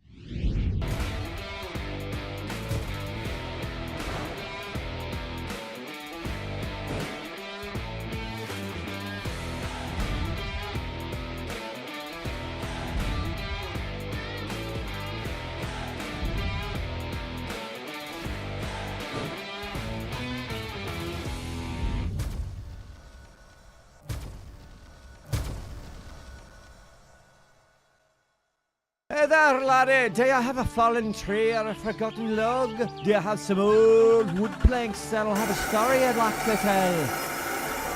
Great. They'll mill it, prepare it, and finish the wood for your unique project. Let them take your storied old wood and turn it into a world-class piece of art.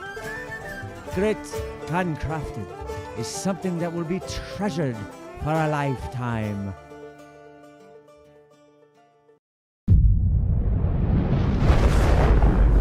Come with us. The new generation. The next level. Sending it big. You're in for a good run. Let's go. Come with us to the track, to the trails, to the slopes, to the surf, to the fight, to the race.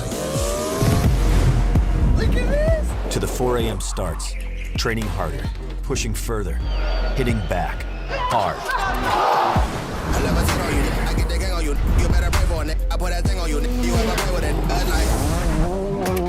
To the fans, to the followers, and the haters. Come with us to the blood, to the sweat, and the broken bones. You rehab. We'd never quit. We'd never give up. We take control. To the world titles. To the world's first. The world's best. UFC strawweight champion. Come with us.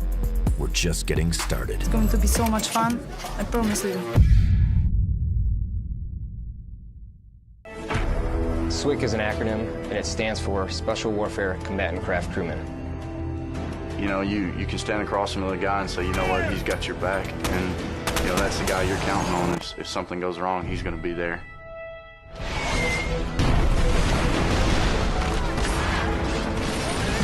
In the end, we're fighting for each other. Here on the team, you know, about 22 of us on the boat. You know them personally, so you know exactly whose life you have in your hands. Everyone's come together, and everyone's sole mission is to do their job individually as best they can to benefit everyone else in the boat. I got a brotherhood, and it's a real brotherhood, and it's a loyal and honest brotherhood, and that's what matters.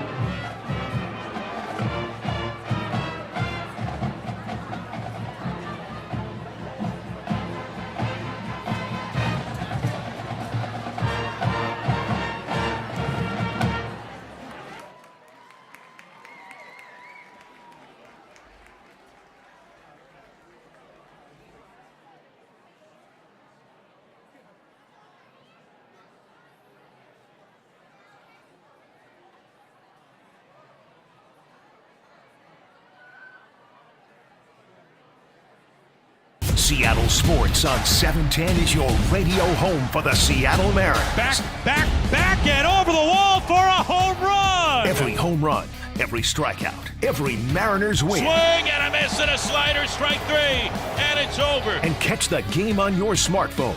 Download the Seattle Sports app to stream the radio broadcast of every Mariners game. Goodbye, baseball! A walk-off two-run home run! Seattle Sports is your home for the Mariners. When you buy tires at Les Schwab, you're getting more than just tires. You're getting America's best tire warranty, 60-day satisfaction guarantee, no hassle road hazard protection, and free maintenance for the life of your tires. So if something happens to your tire on the road, we'll fix it, or we'll replace it, no questions asked. Other places make you pay extra for that kind of protection, but at Les Schwab, it's included with every set of tires, because more warranty means less worry, and nobody stands by their tires like Les Schwab. Get more from Les. McDaniel's Do-It Center is located in beautiful Snohomish, Washington. Locally owned and operated for over 40 years, they are proud to provide the Snohomish Valley with exceptional hardware, tools, lawn and garden, and sporting goods products. Their commitment to delivering legendary customer service and their outstanding employees continue to make McDaniel's the best and one of the most recognized Do-It-Best centers in the nation. Stop by and experience for yourself the difference between McDaniel's and the big box stores. Discover why so many people are choosing to shop at McDaniel's.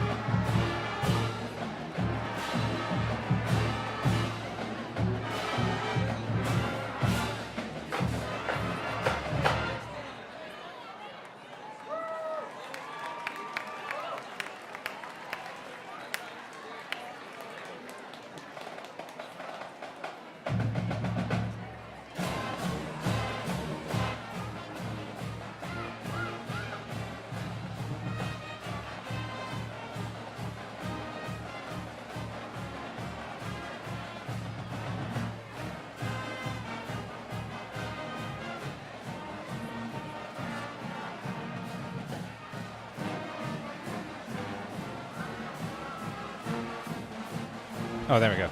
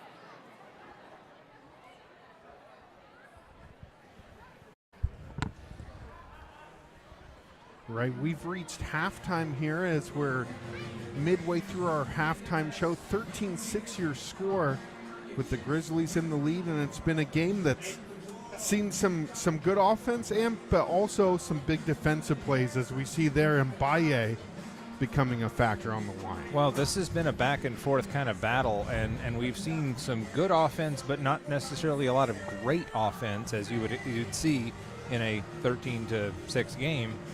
But this one got started relatively early as Lucas Entler, the quarterback for GP, spreads him out and then takes what the defense gives him and scrambles in for a 6-yard rushing touchdown. Extra point was good to make it 7-0, but not so fast. Jackson got its wheels under it and got a touchdown run from Austin, but the extra point was blocked. We were not tied. It was 7-6. You'll see that play coming up. I kind of have a feel for where we are in the game. There's a drop in the bucket pass, by the way, by Jackson. But as this one kind of got into the muck and the mire in a 7-6 game, Entler was able to find Albright for a touchdown to extend the lead. They tried for 2, couldn't get it to go up 8, or excuse me, to go up, go up 8. Wait, what am I missing here? I think it's 13-6, not 13-7. We had the blocked PAT Yes. on the second score. Yes, so that would have put them up 9. Excuse me, it would have put them up 9 because it was a 7-point lead off of the score and the missed extra point. That would have put them up 9 instead of putting them up 8, because it would have been 15-6. So bold move, but doesn't pay off. But you're still up 7 points, and that's really where we stand. Do you have some stats that might tell a little bit more of the story on this one? I mean, really just some of the standout players here, because Jackson really just doing enough to hang around, but also GP not really pulling forward. They're kind of letting Jackson hang around and in, and Jackson's come at them again, like you talked about with Trey Austin from the running back, and then Licken, who usually takes the primary carrying duties. We haven't seen a ton of him, but we've had Seamus Williams step up and be pretty big for Jackson. So some players spreading out the talent on the Jackson Timberwolves side. Well, you mentioned GP not putting Jackson away. I'm going to give the T-Wolves credit. They're refusing to be put away. They're hanging around because we've seen a little bit of the passing game. Not as much as the coaching staff would like for Jackson, I'm sure, but we've seen the scrambles and we've seen the looks to Shunmuga Preon, excuse me. And we've seen the looks underneath and medium and intermediate routes from Bossert looking for Matt Taylor. He's found Seamus Williams a ton of times, but as you see on the screen, turnovers have plagued both sides, fumbles and interceptions. And that's really what happens when it's two defenses trying to dictate the flow of the game as opposed to two strong offenses. Yeah, we've seen the defenses really dictate it, but then also the teams not really able to capitalize on the turnovers and put points on. And so I think that's why we've kind of seen the score. I was expecting it to be a foot race from the start, but so far we've seen kind of a defensive grind in here. Well, and just kind of flipping roles a little bit, letting you do a little bit of analysis. Coming off of last week's big offensive output from Jackson against an opponent that's a little farther down in the standings, but different competition, but a big offensive output for the Wolves. But on the other side, you had a defensive slugfest in that Arlington versus GP game. You said you expected a foot race. What does this tell you that it's a defensive battle? Is this Jackson playing up and taking some opportunities, or is it just that defensive pounding wearing down GP? I think it's a bit of both too, where the defensive pounding, because they go with a quicker back. GP definitely has the bigger physical backs with Brooks and Crocker, but it's really, I think, up front with the battle of the line, as we see on the replay here. We've seen guys like Mbaye step up for Jackson. We've seen Inwin step up as well, and so they've had a kind of their hands full. GP has it kind of corralling what's going on in front of them. So we'll start to see when GP wants to run it full ahead, they will do so, and with their size, but haven't really done that too much, especially into the second quarter. And the fans here bundled up. It is a bit chilly out there tonight. It's a football game. It's a football weather game, although that's something we haven't had to talk about, and mercifully, I don't think we're going to. I don't have my meteorologist, Tornado Ted Beaner, here with me, but I think the rain is going to hold off until we're safe at home in our beds. But when there's rain, that means there's a front. That means there's a system moving through, and it's getting chillier as the day goes on, isn't it? It really is, and especially as we're into the latter parts of October.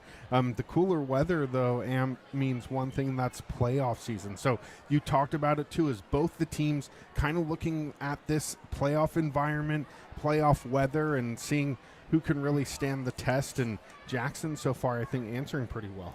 Yeah, looking at the WESCO going into this one, Lake Stevens 5-2 overall, but those were some very, very difficult opponents that Lake Stevens challenged itself with. Arlington 6-1, Glacier Peak 6-1, Jackson 5-2. But when we look at what matters, specifically league play, Lake 4-0, undefeated. Come and get me. I'm right here. Arlington and Glacier Peak 3-1 both sides, but GP got the win over Arlington to end that perfect streak. And then Jackson sitting there at 3-2. If they could improve to 4-2 and bump Glacier Peak down to 3-2, what a statement that would be to vault you into third place. Conversely, if they lose and fall to 3-3, well, Kamiak's nipping at the heels. The Knights are hungry for a playoff run too. This game isn't over. This season isn't over, even though the playoffs are just about here.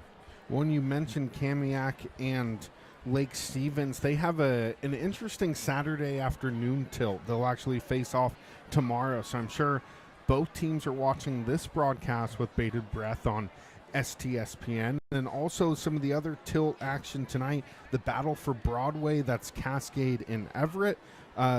Both of those teams hoping that their seasons would have been a little bit more revamped. And then you had mentioned Mariner and Arlington. So the two previous opponents from last week from both teams play each other tonight down in South Everett and Goddard. So plenty of action in a stacked WESCO conference, which, I don't know, could be one of the best in 3A or 4A Washington football. Yeah, trying to get some scores into my Statomatic machine over here. And I don't have anything quite yet because I didn't think to pull that up when we were in our commercial timeout. But I'm sure I'll have plenty of scores to pass along around high school football in the great state of Washington. But, I may have some right here, not pertaining to WESCO. Oh, actually, we're just about ready to go. They keep putting 3 minutes on the clock, and now we're back ready for action. I'll get some scores as we go along, but as I mentioned before the halftime festivities, the Jackson Timberwolves won the toss and deferred, so they'll have the football when we resume play in a matter of moments. GP kicking off right to left as you're viewing, and we welcome those listening on the Seattle Sports app as well. Just about ready, and there's the whistle. And they'll put it deep or hope to do so. High kick. Fielded at the 5 by Jackson, and they'll take it ahead. As it's Matt Taylor with a good return out to the 20. And Glacier Peak there with a wave of white jerseys, rather, there to meet him and bring him down. And GP has that killer combination, size and speed. Cherez trotting out there to occupy space in the middle. Antonio's already won that Lineman of the Night shirt once this season. Antonio is a force to be reckoned with, and he is 6'1", 250. Got to put a hat on a hat with him, or maybe two. The first down and 10, the official spot for the 19. Bosser out of the shotgun. Avoids pressure, and he's sacked and brought down. He avoided the initial wave, but there he is, Antonio Cherez. He says, yes, my wardrobe needs to expand. Give me another shirt. And we'll have an injury on the field here. Yeah, he got decked. Yeah, could be the wind knocked out of him. That is the quarterback, Bossert, slow to get up, but he is getting up under his own power. And Bossert's able to get up some scary moments for the Jackson sideline. Now, he will have to leave for a play by rule because they had to stop play for the injury as he just got pancaked. So that should bring in the backup quarterback, Idanya Sabebe, number 6, to check in unless they go Wildcat here. And they definitely don't want to burn a timeout to save his ability to come in. So there'll be a loss of 9 on the sack. Big one. So second down and 19. Not the situation if you're the backup quarterback in here. We'll drop back to pass here. They actually bring in Matt Taylor to throw that pass. We've seen Taylor a few times as a return specialist and a receiver tonight, and he completes a pass. That was a good-looking pass, looking for Depeche Shunmugapriyan. Depeche has been useful in this game, working the sidelines. Scoreboard update and a big one. Third quarter, number 1 Bellevue trails at home against Woodinville, 31-21. Be careful, Wolverines. 3rd down and 11. Ball hurt back in. Wanted to find his receiver, Trey Austin, who came out of the backfield. And that falls incomplete. Yeah, got it a little bit behind him. Other score of note, Arlington, no problem at Mariner, 41-0 in the 3rd. No surprise there. That will bring up 4th down and 11. Punting time from their own 1-yard line. As Darling's back to receive. Always dangerous. They'll kick that one away from him short and touch it up at the 47-yard line. Scoreboard update of note, 2nd quarter score up in Marysville. Getchell leads against Snohomish 21-20. A tight game just north of us. So from 1st down and 10, the Grizzlies will start their drive just on the outside of the 45-yard line. 46, the official spot. Let's see what GP can do here with the lead and a little bit of momentum from back-to-back stops. The first to end the first half, and then that one, well, driving them back to their own 1 for the punt.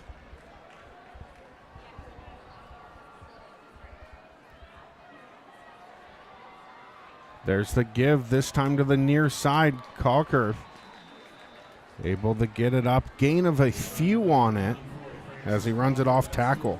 Yeah, Crocker, I believe, following behind the big block of Aney. Aney is an absolute load. 6'3", 290 and a senior. I've used the term road grader a few times with Aney. Brings up 2nd down and 7.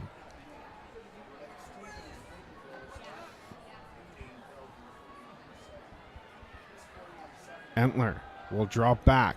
Throws it off near side. Fullerton complete and dives ahead for a few extra. Yeah, it looks like we've got some feedback in the comments. It's Woodinville beating Bellevue 31-21.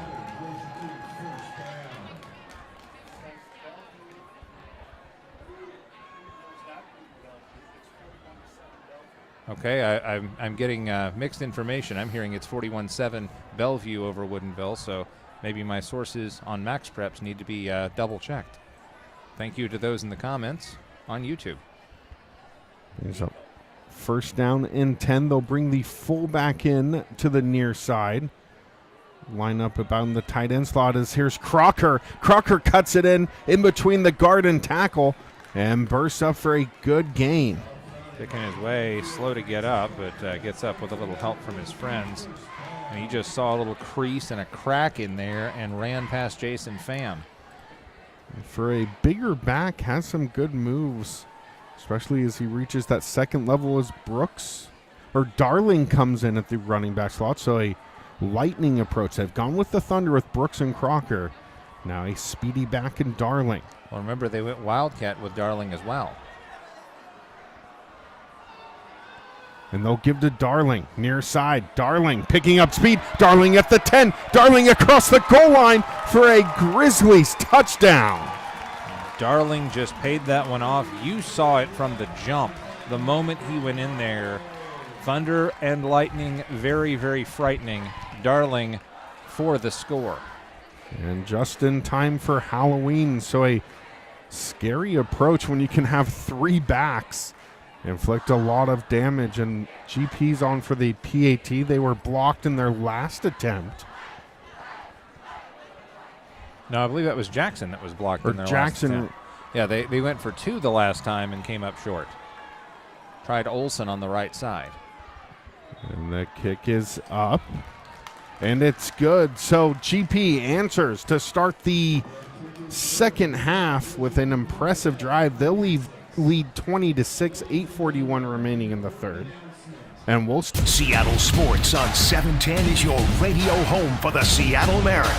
Back and over the wall for a home run. Every home run, every strikeout, every Mariners win. Swing and a miss and a slider, strike 3, and it's over. And catch the game on your smartphone. Download the Seattle Sports app to stream the radio broadcast of every Mariners game. Goodbye, baseball. A walk-off 2-run home run. Seattle Sports is your home for the Mariners. And welcome back. GP with an impressive drive, putting up points on the board, and they'll come up with a 20-6 lead over the visiting Jackson Timberwolves. Yeah, big drive, good payoff, little gadget play, putting a wide receiver and kind of a wing in as a fullback, tailback, and just going right up the gut and ripping off a big run for a touchdown. Scoreboard update, got Shore Crest over Shorewood 13-7 in the third. That one's important for 3A. There's GP with the ensuing kick here. That's a return. Trey Austin out across the 20. Oof. And was the ball loose briefly? It might have just been tangled up and falling forward. And nonetheless, it'll be first down and 10 for the Timberwolves. A nice return. Yeah, good return and caught it and got up a good head of steam. But that closing speed, I've said it multiple times already, GP has incredible closing speed and finishes things off. So let's see what the Timberwolves can do here, down 2 scores for the first time tonight. So first down and 10, ball at the 28 for Jackson. They'll try and answer. Down by 14, and that pass is complete along the near side, met by a gang of Grizzlies, as it was Scraford that's there. James Jenkins also getting in there and getting physical, number 58. He is one that is hard to miss. Jenkins had the fumble recovery in the first half as well, so has been everywhere. And you talk about it's hard to pick just one standout lineman as we get down to the less Schwab lineman of the game. We've had a ton of good performances up front. Absolutely, and that's one of my favorite battles to have, because you got to take care of the big fellas. They don't always get all the recognition. Second down and 10 for Jackson. Bossert back in the game. He'll drop back to throw. And he's sacked in the backfield. Nowhere to go. Penetration, and I believe that was on the right side with Bridges, number 32, just blowing that play up. And what's scary about this is I think GP is getting this done just with the down linemen. I don't know that they're blitzing. Yeah, they maybe had a late blitz there, but the final attack and the final cleanup, Bridges swimming across, and have fun. Have fun blocking me. And when you have so many dangerous defensive linemen, there's got to be someone that breaks loose. And unaccounted for is third down and 15 for Jackson. Bossert will drop back to throw. Climbs the pocket. He'll tuck it and run. Bossert sheds one tackler and throws a shoulder into another. Brought back up to the original line. That had the potential to go for so much more, but good closing speed again by Scrafford. Braden Scrafford among those to clean that up. Couple of missed tackles, but you finish it off and hold them to a gain of about 6 or maybe 8. Fourth down and 8 to go. Punting time again for Jackson. Bit of a low snap. That's fielded out, tipped, and takes a roll down. And Jackson's able to touch it at the 32. Looks like I've got a halftime score from Monroe. Monroe 35, Meadowdale 3. It's quite the score, putting on an offensive clinic. Trying to confirm as many scores as I can get from around the area, especially since we've had some disputes over scores I've reported. So GP will start first down and 10, ball at the 32-yard line. Crocker and a running back. Twins both sides. In a stacked formation. Endler, pump fakes. He's dropped and sacked. Back-to-back sacks for both the defense, and we have some extracurricular in the backfield. And the second level is there some extra pushing and shoving, and the crowd draws a penalty. Yeah, I'm glad that you were I'm glad that you were looking at that because I looked down as soon as that play blew up because, quite frankly, big tip of the cap to Mason Siddick and company for seeing what was coming. First time they had that formation, it was a screen. Second time, you expect screen, and they went draw. Third time, they pump faked the screen, and, well, the T-Wolves knew it and sacked the quarterback, but there was a little bit of something extra. And the penalty will go against GP. It was Gamache that gets in there with the initial sack. Gamache, one of the captains on this Timberwolves squad. So, but did they say personal foul? Was that the signal? Or, because it seems to me like tempers were flaring and somebody said something. Yeah, 15, and there's all kinds of pushing and diving and tripping behind the play there after the Gamache sack. So second down and long, we'll say. Huge, 2nd and a mile, and they'll just try and run it out of the back along that far side. Yeah, trying that speed rush. Looked like that must have been Darling trying to get to the sideline and nothing doing there. 3rd down and 5, 10, 15, 20, 22? Sure, why not? 3rd down and 27. 27, wow. So they'll have to go almost to Highway 9 to convert. Clock running, though, with a 2-score lead here in the 3rd. Ticks under 5:15. Calls for the snap. Entler. He'll look to go far side. That's complete. And in space, here comes the Grizzlies. Makes a tackler miss and trucks ahead up over the 50, as that was Fullerton with a nice catch and run. Luke Fullerton hesitates on a well-designed play, has a convoy in front, gets small, then stops and starts, shakes a man out of his shoes, and on 3rd down and 27, he got about 32 yards. Excellent work there by Coach Keck and company. Digs himself out of a hole here and makes up ground and more. Takes it across into Timberwolves territory. They'll set up 1st down and 10, ball at the 48, as the Grizz look to add to their lead. Darling checked out, by the way. 3-1. Here's Entler rolling near side, throws a cross body. That's complete. Oof. And a big hit at the end. That's number 6 that comes up with the catch, Jackson Haw. Yeah, Haw with the catch. Haw takes a helmet-to-helmet knock there and goes out of bounds, but big pickup of about 7 yards and brings up 2nd and short.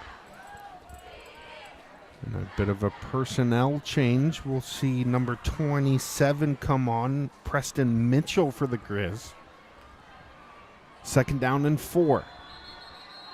Whistle stop play here. And we'll have a timeout on the field with 3:51 remaining, 26-year lead, and we'll step away with you. Seattle Sports on 710 is your radio home for the Seattle Mariners. Back, and over the wall for a home run! Every home run, every strikeout, every Mariners win. Swing and a miss and a slider, strike 3, and it's over. And catch the game on your smartphone. Download the Seattle Sports app to stream the radio broadcast of every Mariners game. Goodbye, baseball! A walk-off 2-run home run! Seattle Sports is your home for the Mariners. And welcome back after the timeout. 3:51 remaining in the 3rd. Grizzlies looking to add to a 20-6 lead as they drive into T-Wolf territory. Fresh bodies out there, as you were alluding to before the break, getting some new personnel in that I haven't seen as much this season. Here, late stages, 3rd quarter, up 2 scores. Let's see what the younger guys can do.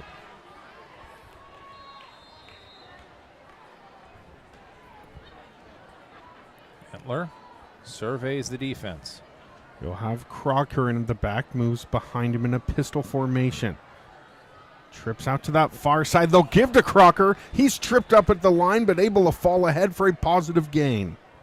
Was that 53 that got low? That was a superb play by Justin Nguyen. Nguyen, we've talked about him a ton this game, and he is just everywhere. And as Crocker was picking his way through, just kind of stuck his body out there and tripped the young man up. Going to go trips again to the right side. He got enough for a first down, though. The rumble and stumble gets him enough. First down and 10-30 with the ball at the 38, rather. Play action. And we'll hit the big man, Albright. Albright rumbling along the boundary, cuts it up inside, and finally brought down just over the 10-yard line. That was an outstanding team gain right there. You had a little chip block to free up the quarterback just before that replay, and then dumped it off. Another couple of blocks. Just runs like a deer. And has such a big gait that he can cover a ton of space, the gentle giant. Perhaps part deer, part gazelle, part giraffe. Let's just have the whole zoo here at Veterans Memorial Stadium. Either way, it's a first down, and we're under 3 minutes to play in the third, looking to add to a 2-score lead for GP. Broadcast is, of course, brought to you by Les Schwab Tires and our media partner, Seattle Sports. As Crocker with the give up the middle. Crocker still smashing ahead. He's finally stopped and dropped, but not before damage was done. Crocker, a nice drive for number 24. Andy Park got the tackle, but I think took the worst of that one. Had to get peeled up by his teammate. Brings up second down and 2, so they'll stop him just short of the line to gain. Crocker remains in. Whoa! And there's a pass to the back of the end zone. Albright, back shoulder, is able to reel it in. Flash in the leather. That was a one-handed grab. Roll that beautiful bean footage. This is outstanding. As we see Entler operate, play fake there, just zings it to the back. And a backhand, his hand looked like it started from the hip, and is able to control in for 6. Stiff upper lip, and GP goes up 3 scores. All business with a serious score, 26-6. Enters the PAT, that's up. And in, good enough for a drive that results in 7 points, and we'll step away. In 1934, Bickford Ford opened their doors in Snohomish, Washington, and they've been an active part of the community ever since. So when you're looking for a new Ford truck, SUV, or hybrid, or if you want to take advantage of your current car's value, start at the place you can trust, the one that's been around for 89 years and is Western Washington's #1 volume Ford dealership.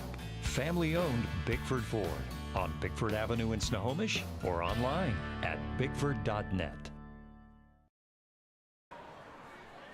And welcome back. An impressive catch at the back of the end zone by Albright. A one-hand snag gives the Grizzlies a 27-6 lead, 2:06 remaining in the third. Thank you for joining us for Friday Night Lights on STSPN, brought to you by Les Schwab Tire. And be sure to catch our Les Schwab lineman of the game that's coming up on our post-game show, as well as our Adrenaline Fundraising Player of the Game as well. Thank you, David Wright. Got a tough competition for Player of the Game, to be sure, and Jackson is not done with this one by any stretch. 16 minutes of gameplay left.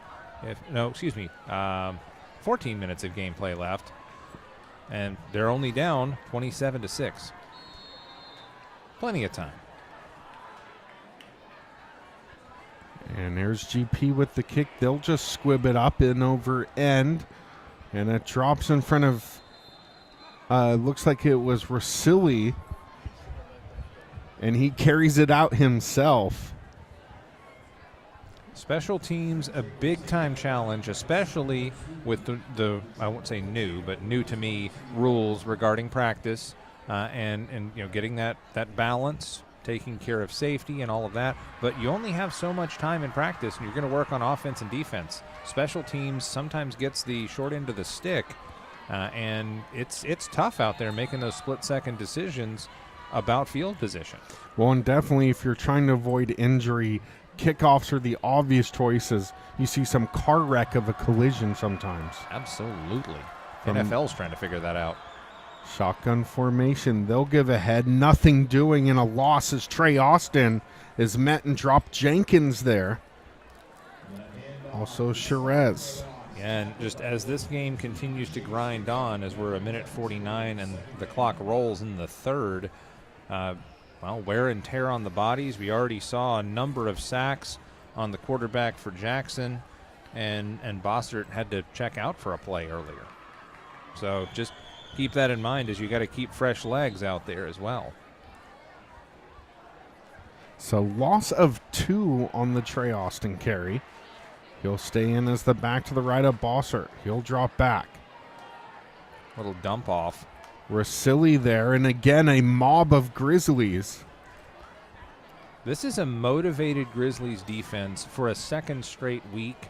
I'm pretty sure they heard it after being up 34 points and winning by 5 against the team from out of state. It's like, no, we cannot collapse like that. And so we have seen defensive statement after defensive statement, and that's the killer instinct in this one. They are trying to put the Timberwolves away in the late stages of the third quarter. And they're doing that by getting as many hats on the ball as possible, as we've seen a parliament of GP players. 3rd down and 11 for Jackson. And there's another big sack. It looks like it was Fullerton that comes in there and brings Bossert down in the backfield. Fullerton having himself a game, the outside linebacker, I should say. He's an offensive weapon, and he was fired out of a cannon once again, and another sack racked up by the GP defense. It's going to bring up 4th down and punting time, and no hurry here for Jackson. We're going to take this one to the 4th quarter. As the clock hits zeros, we'll go ahead and take this one to a break because, well, they haven't stopped play just yet. Okay, now they're aware of the fact that the clock is at zeros. And so finally, we're going to go take this time out. We'll step aside for a break. End of 3 here on STSPN, 27-6 Grizzlies.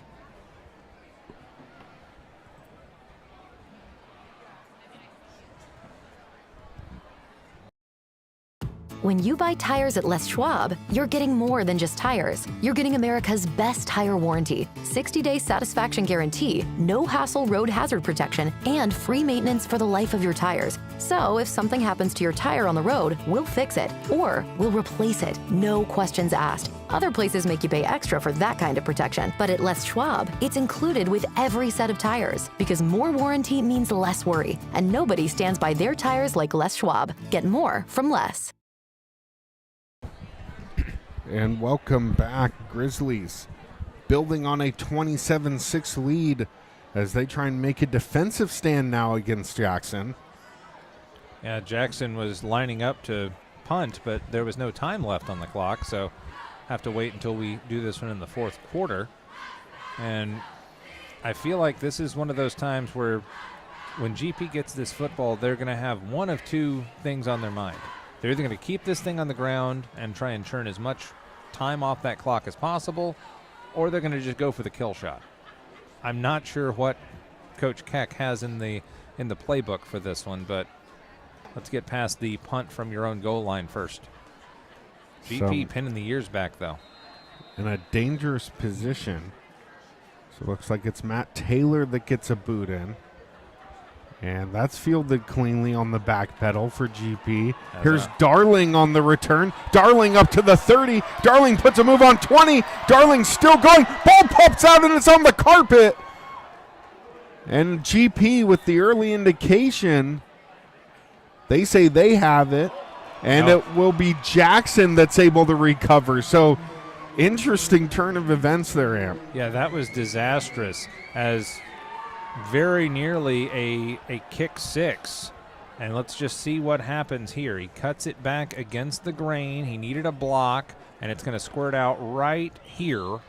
Bounces off a helmet and then squirts free. And I think it was 24 that fell on it.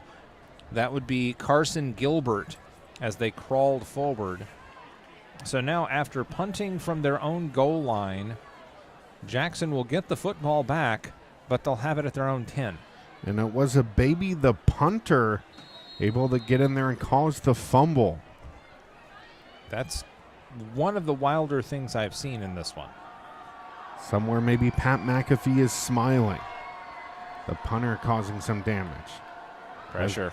Bossert stays in the pocket, able to complete it up to Trey Austin for completion.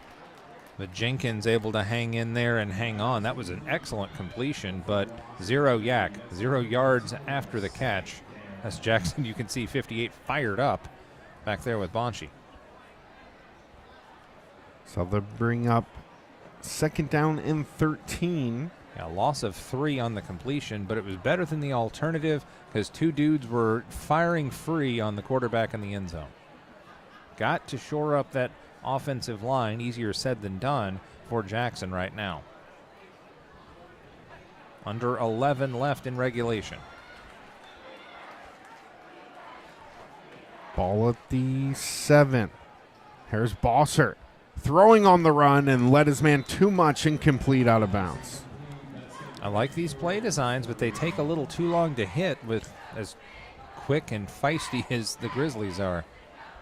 Kai Brooks will come on as a substitute, which leads me to believe they're going to be bringing some more heat on 3rd down and long. 3rd down and 13. Again, familiar territory for the Grizz defense. They had Jackson pinned back where they took the punt from their own goal line. We'll try and force a redo here. As that punt, though, the return, a beautiful one by Darling, resulted in a fumble. Didn't have it secured to the body, and good work by the punter to poke that one loose. Bossert will clap for it in the shotgun. Steps up in the pocket with pressure, lets one go, and it's intercepted along the far side. A big takeaway here. That's another big takeaway from Isaiah Olson, making things happen once again. He had a 3-touchdown game earlier this season offensively. I see a penalty marker on the play. Yeah, I believe there's a penalty marker just off the hash about the 46-yard line. Here you see Fullerton almost got himself a QB sack. Bossert did a good job of climbing the pocket, but again, double coverage, and then had Bonchi coming in over the top as well, who's also been a ball hawk tonight. Now this is a personal foul. Somebody said something, so this interception is definitely going to stand, but I think there's going to be a personal foul tacked on after the play was over with. Folks were excited, we'll say, jubilant. And we've seen a couple of the kind of behind the play personal fouls tonight, as both teams coming in with a ton of passion. I mean, this is a great season for the Jackson Timberwolves as well, and a chance to make some playoff history here. But this is a backyard brawl. These are teams that the players live close together and see each other at the supermarket, and now they see each other on the gridiron. It's all about the bragging rights now. Now, well, GP has some bragging rights getting the stop and then giving it back and then getting the interception. We'll see what they can do. 1st down and 10 from the 45. As they're contentious to hand it off. Nice move back inside, as that was Crocker again, the workhorse for the offense. Crocker just kind of puts a little stutter step on, waits for the hole to open, and again, just takes what the defense gives you, and you'll take a 4-yard gain here. Keeps the clock moving, gets you closer and closer to taking home the victory. 2nd down and 6. Again to Crocker. Crocker surges ahead. Stopped maybe a yard short of the marker. Gain of 4 or 5 on it. Francis 5'11", 205, but he's running like a bowling ball right now. Don't give him a great spot there. 3rd down and 2.5, make it 3. Clock continues to bleed. They'll take their time. Play clock still just at 19 seconds.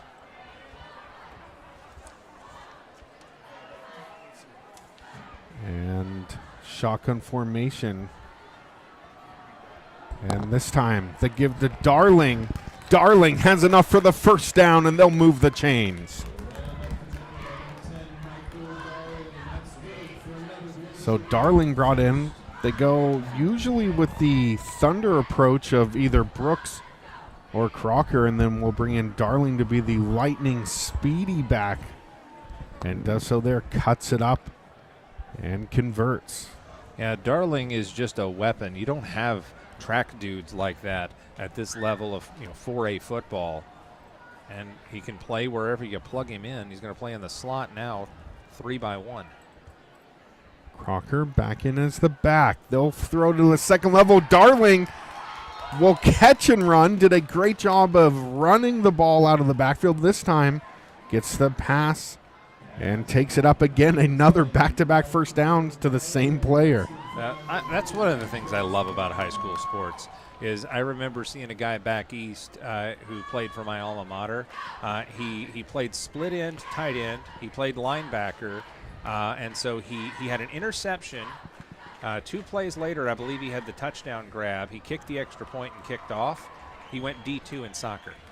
Emphasis on utility. He didn't kick it all, though, with a foot like that to play soccer.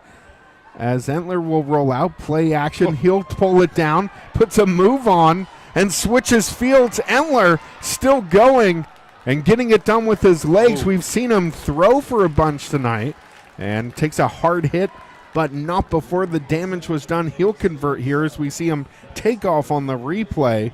The ooh was before the replay because he scrambles out, kind of flips the shoulders, and then that little flick pump fake just draws everybody in, and he's like, all right, I'm gone. Bye. Flips the hips open. That was an excellent run, and it brings up 1st and goal again, and the Grizzlies maybe looking to put the kids to bed early on a Friday night. Entler. 1st down and 5 now. As everyone gets readjusted, they'll set for a second. Entler pitches out to Crocker. Crocker puts his head forward and crosses the goal line for another Grizzly touchdown.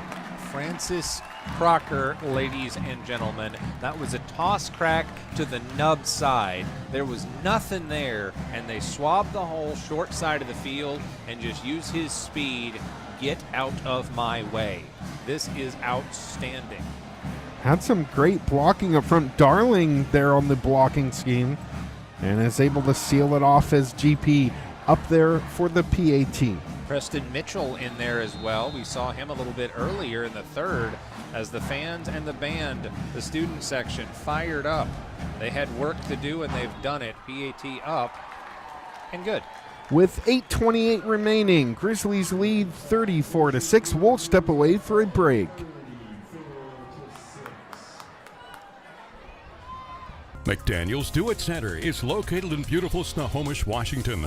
Locally owned and operated for over 40 years, they are proud to provide the Snohomish Valley with exceptional hardware, tools, lawn and garden, and sporting goods products. Their commitment to delivering legendary customer service and their outstanding employees continue to make McDaniel's the best and one of the most recognized do-it-best centers in the nation. Stop by and experience for yourself the difference between McDaniel's and the big box stores. Discover why so many people are choosing to shop at McDaniel's.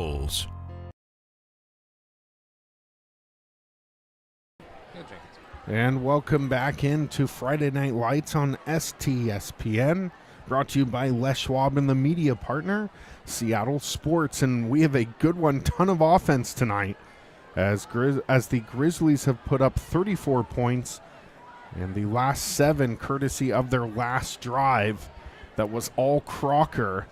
And with also some complimentary offense by the quarterback Entler taking it himself. GP just trying to hang on to that 2nd place spot in WESCO 4A. Jackson trying to hang on to their 4th spot or even gain ground. It's going to be tough sledding down the stretch here. The kickoff is sent. They'll be fielded. Bounces at the 12, still loose as it's Trey Austin running out of the back. Slips away from a tackle, finally is met by great perseverance on the kickoff team by the Grizz. Yeah, a lot of dudes up front there doing great things. Trevor Sonkrant among them. just get to the guy with the ball. That one bounced funny, and it touched one of the return men. I don't think that they both realized it. And so give credit to Trey Austin, who's done it all for the Timberwolves, for trying to take care of that football and save the possession. So it'll be 1st down and 10 for the Timberwolves. They'll spot the ball back at the 5. This is familiar territory for Jackson. Their last 2 drives have started inside their own 10. Or I guess one of them ended inside the 10, and the last one started there. Prior drive started at the 20, my bad. Bossert with Austin in the backfield. He'll flip and roll out. Has a receiver nearly hauled back in. Truant, we haven't seen a ton of him in the second, but it was the intended receiver along the far side. And just trying to buy enough time to let the routes develop and to let the quarterback go through his progressions, but GP will have none of that.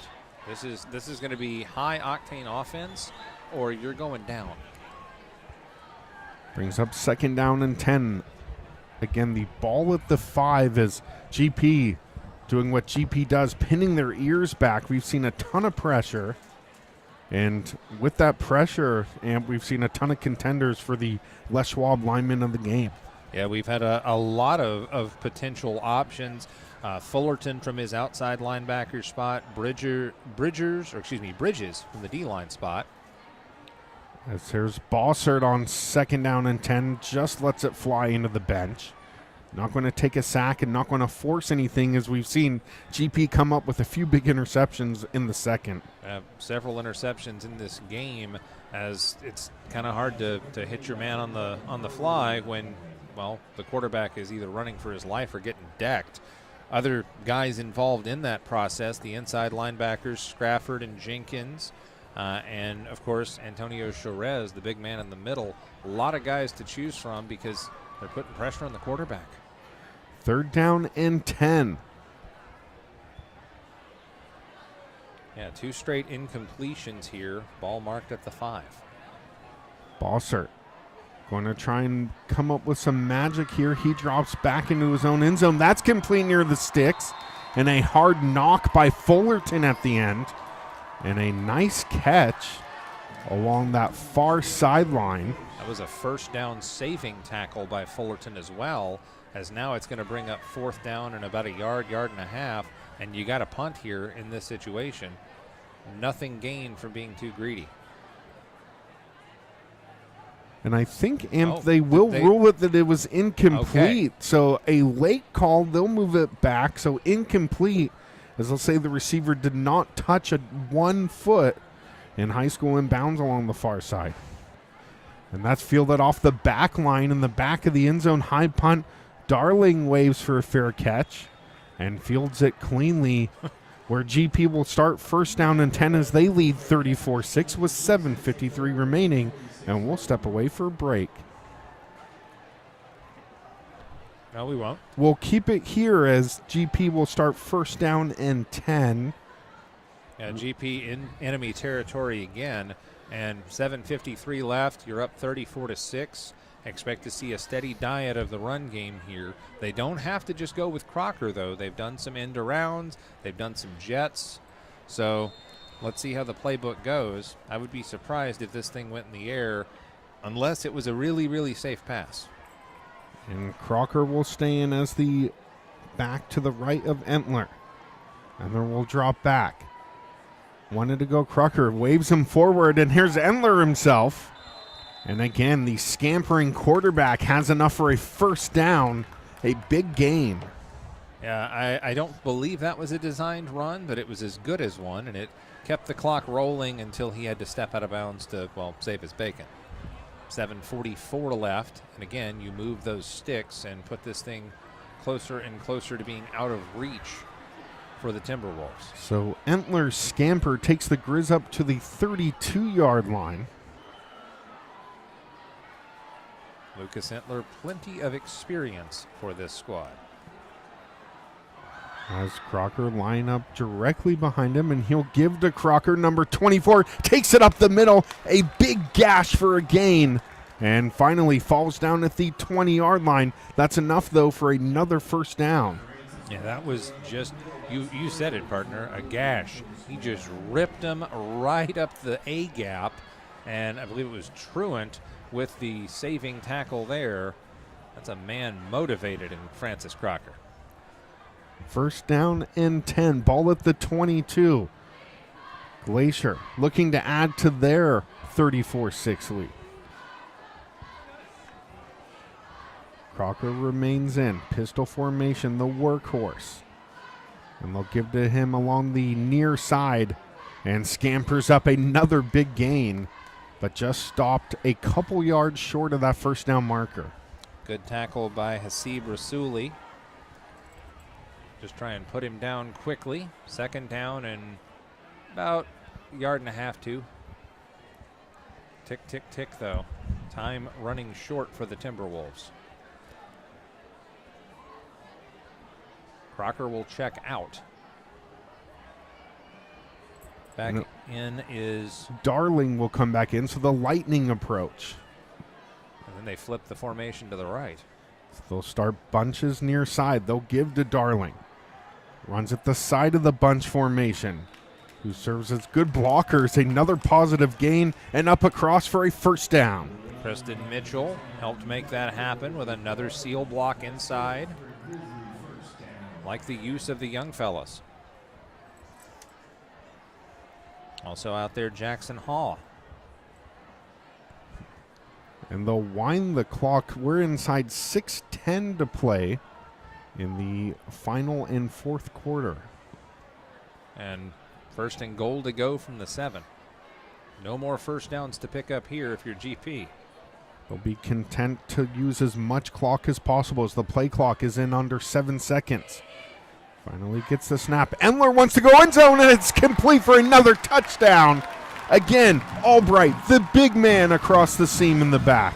That is Albright's third touchdown of the night, and it's been Albright and Entler hooking up 3 times to put this thing away. Put it up on the top shelf where Mama keeps the peanut butter. Albright for president, making a case here. He could unite us all. United in snags at the back of the end zone.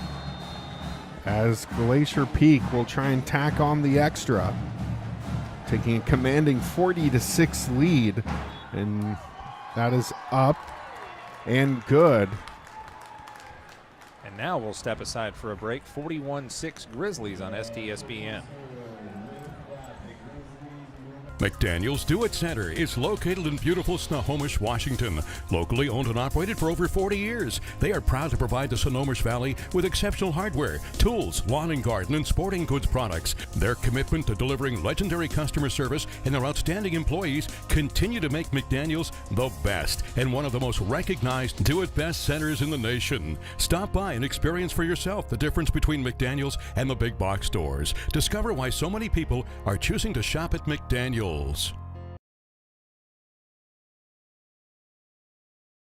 Back with 5:54 remaining. Grizzlies climbing out to an impressive 41-6 lead over the Jackson Timberwolves in a game that started out very closely in the first half, but Glacier Peak and their prolific offense able to pull away here in the late quarters of the game, and putting in exclamation as Albright pulled in his 3rd touchdown catch of the game.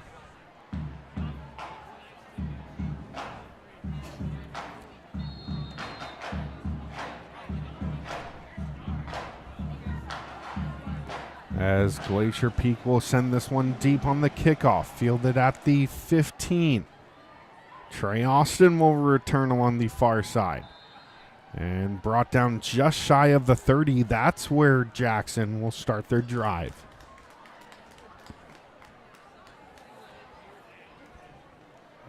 So first down and 10 for the Jackson Timberwolves on Friday Night Lights, brought to you by STSPN. And Les Schwab Tires, the presenting sponsor, again with our media partner, Seattle Sports. Also, stay tuned for the Adrenaline Fundraising Player of the Game. and also the Les Schwab lineman of the game that's coming your way as things wrap up here. We still have 5:38 left in this one.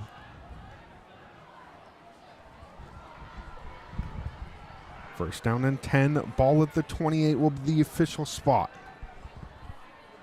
Bossert will call for the snap. A bit of a jet sweep. Truant will take it around the edge and dances out of bounds.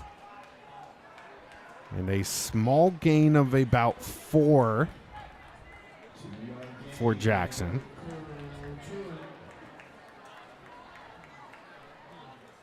They will only give him credit for 2 rather, so second down and 8.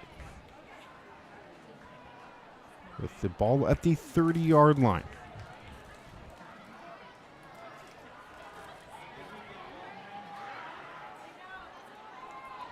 I think the fans know what's coming. When they saw me walk past, there was a cheer that had nothing to do with the game. And Bossert will hand off to Licken. And Licken maybe a gain of a yard and brought down right close to the line of scrimmage. So no gain on the play. That will bring up third down and 8.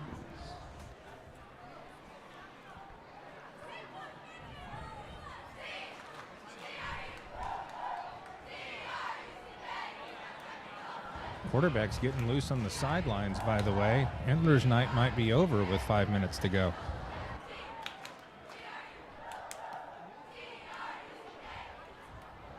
So third down and 8, 4:50 will tick off the clock as Glacier Peak looks to be warming up the backup quarterback, get him some reps. Oliver Setterberg. But Jackson's still in possession here. Here's the flip out to Licken. And Licken is met in the backfield and dropped. It was a screen that couldn't quite materialize. Actually, that was Truant there with the grab. He's been showcased a lot more towards the end of the game. He was a showcase player to start, and then we didn't see him really until this final quarter, as that will bring up fourth down. Another loss on the play as well, so fourth down and behind the chains.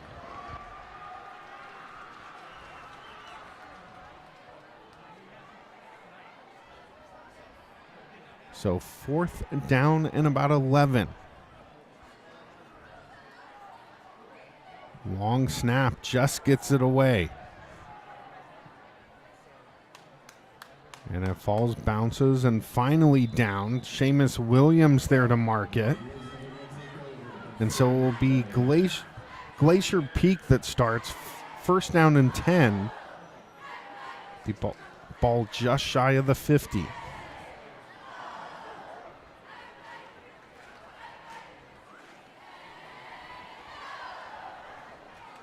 So it'll be first down and 10, ball at the 48 for Glacier Peak. As it looks like we will have a quarterback change.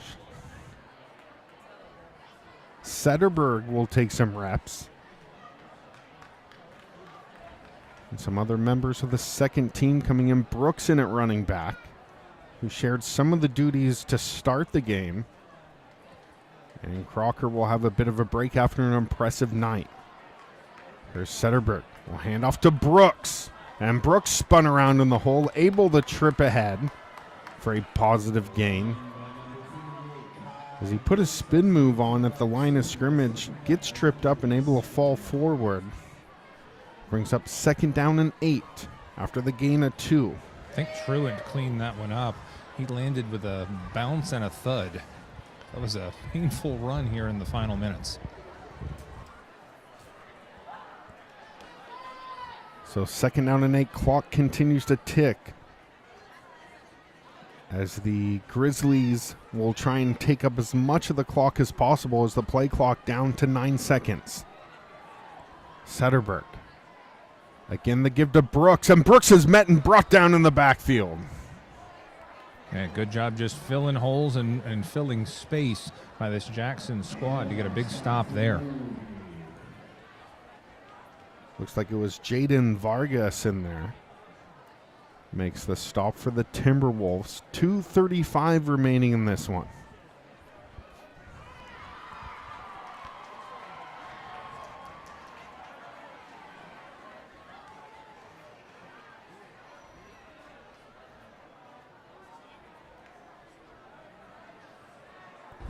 Moving down onto field level, if I sound a little different, it's because I'm getting ready for our Adrenaline Fundraising Player of the Game presentation and our Les Schwab Lineman of the Night.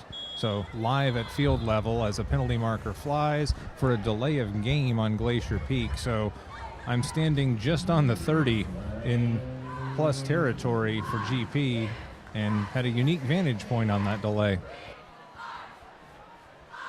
So stay tuned afterwards. That's Amp Harrell that will bring you all the post-game awards. But we still have 2 minutes and 4 seconds until we can see the Les Schwab Lineman of the Game, also the Adrenaline Fundraising Player of the Game, and the Grit Parents of the Game as well.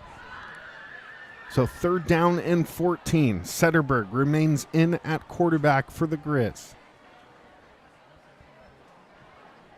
He'll take the snap, gives to Brooks. Brooks tries to cut across, and he's met and dropped in the backfield.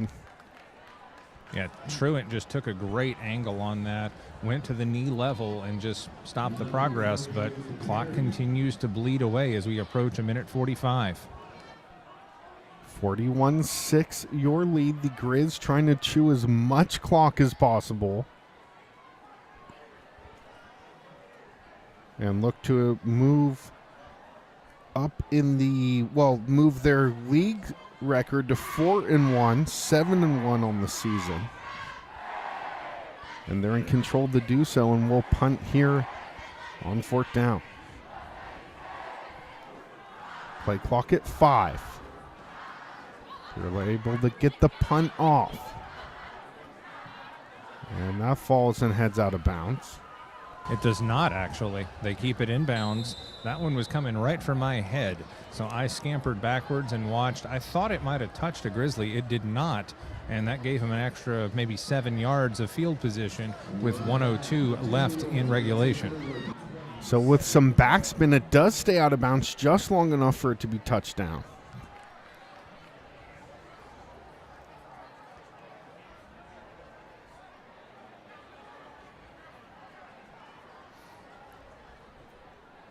So 1st down and 10, 1:02 remaining.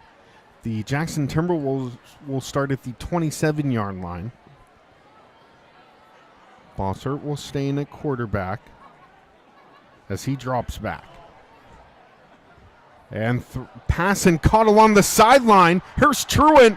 Truant makes another man miss and finally brought down at the 20 or the 17-yard line, crosses the 20. And Truant putting on the moves and the jets there as he finds open field and turns it up a big gain. Big number 0 on the wrap-up and the stop. So 1st down and 10, the 19-yard line will be the official spot after the big catch and run from Truant.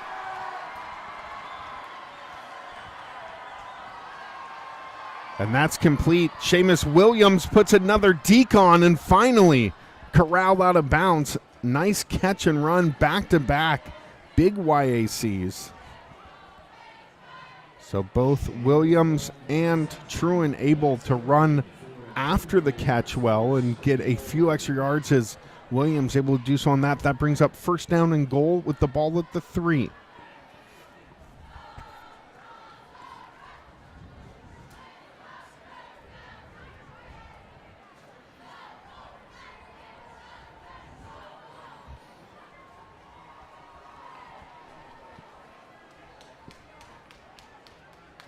So 1st down and goal, ball at the 3-yard line, 23 seconds remaining. As Bossert will keep it himself. Bossert tucks it up, and it's a cross for a Jackson score. Bossert on the quarterback keeper, able to turn it up for 6. So as Bossert faked the jet sweep there and is able just to tuck and hide behind his line, and turns it up for the score. Yeah, you got to play every second of this, and even the youngsters, even the reserves, they want their playing time. As we see some Jackson fans happy with the touchdown on that. And they'll fake the point after And we'll send it ahead. That will be good for 2. As the Grizzlies still maintain a 41-14 lead, 17 seconds remaining. And we'll step away for a timeout.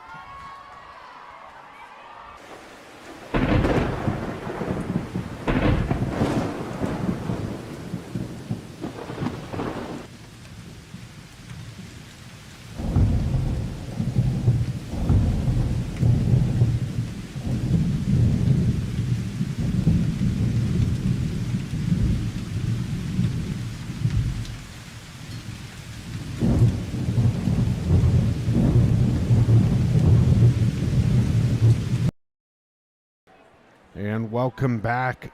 41-14 your score. The Timberwolves able to add another score and a successful 2-point conversion.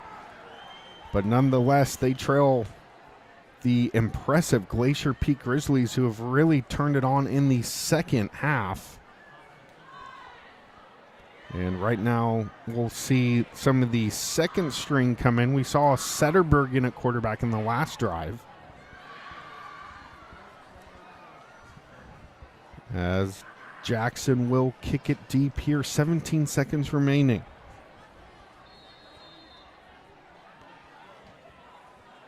They'll put a boot and they'll squib it along the ground looking for a bounce, and Glacier Peak will just fall on it with 17 seconds remaining. They'll get the ball first down and 10. And that'll pretty much put this one in the trophy case. Because, yes, full complement of timeouts, but with this much of a deficit, you're just going to kneel on it once, and that'll probably be it. So Glacier Peak 17 seconds away from going 4-1 in league, 7-1 on the season, as they trail Lake Stevens and Arlington in the standings. Lake Stevens plays tomorrow afternoon. So from first down and 10, ball at the 36. And the Grizz should be just content. They'll set up for a victory formation here.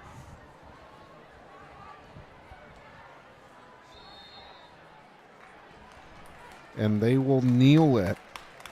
As time trickles out, we're within 9 seconds. A solid statement victory for the number 2 team here in WESCO 4A, as Glacier Peak picks up another win and hangs on firmly to second place. And your score after regulation: Grizzlies 41, Timberwolves 14. Fans, stay tuned for our post-game awards, as Harrell will bring us the Adrenaline Fundraising Player of the Game, and also the Grit Handcrafted Wood Proud Parent of the Game, and then the Les Schwab Lineman of the game as well. So plenty of candidates to choose from, and we'll await Amp Harrell along the sideline. Yeah, down here at field level, handshake line.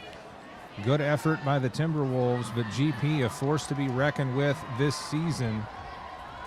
I have not gotten to give the nod to Coach Shane Keck, but the player of the game, 2 of the 3 player of the game recipients have already been told, as the fireworks explode across the 50-yard line for a big win for the Glacier Peak Grizzlies here at home. They will celebrate with their fans and, well, celebrate another huge win. Amp Harrell here with you live on the field on the 50. I don't know why they keep letting me down to field level, but, I'll take it as we look for Coach Keck. They're having a little post-game conference. More fireworks across the way. Plenty of fireworks on the field as well.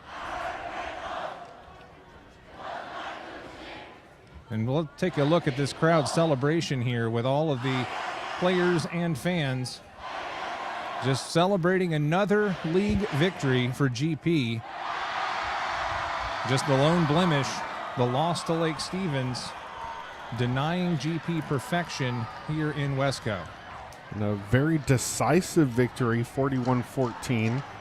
And again, as we talked about, it's hard to make the case. There's plenty of players, so it's hard to whittle it down to just one, but we'll have our player of the game coming up here. We've got one right now, and that would be Isaiah Olson.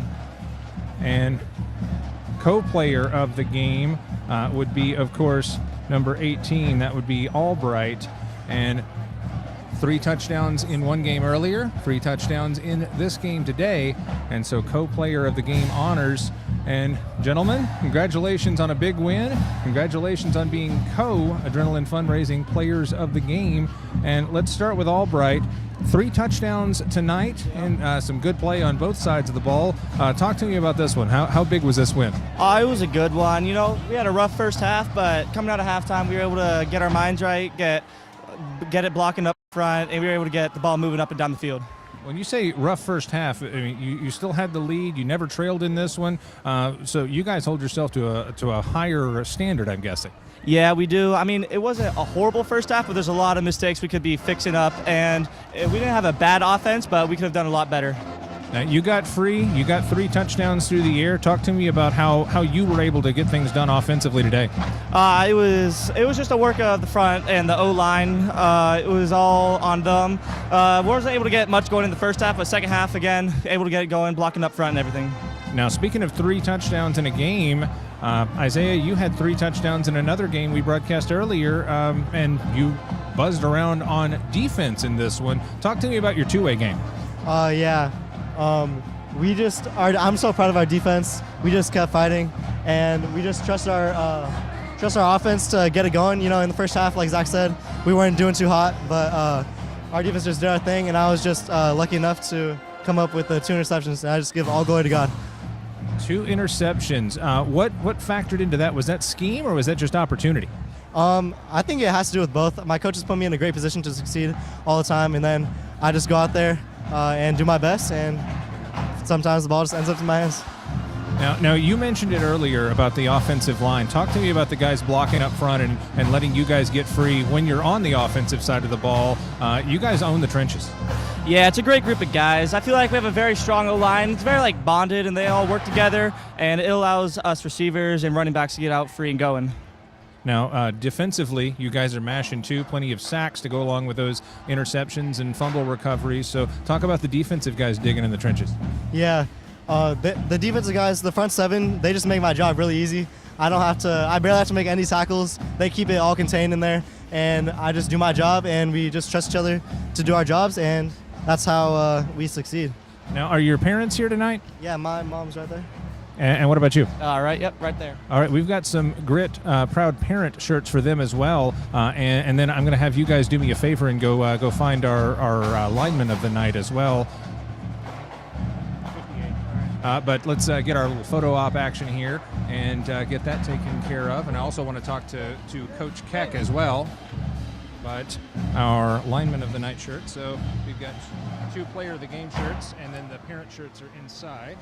So there we go. If you want to bring your parents over. And we'll get some photo ops.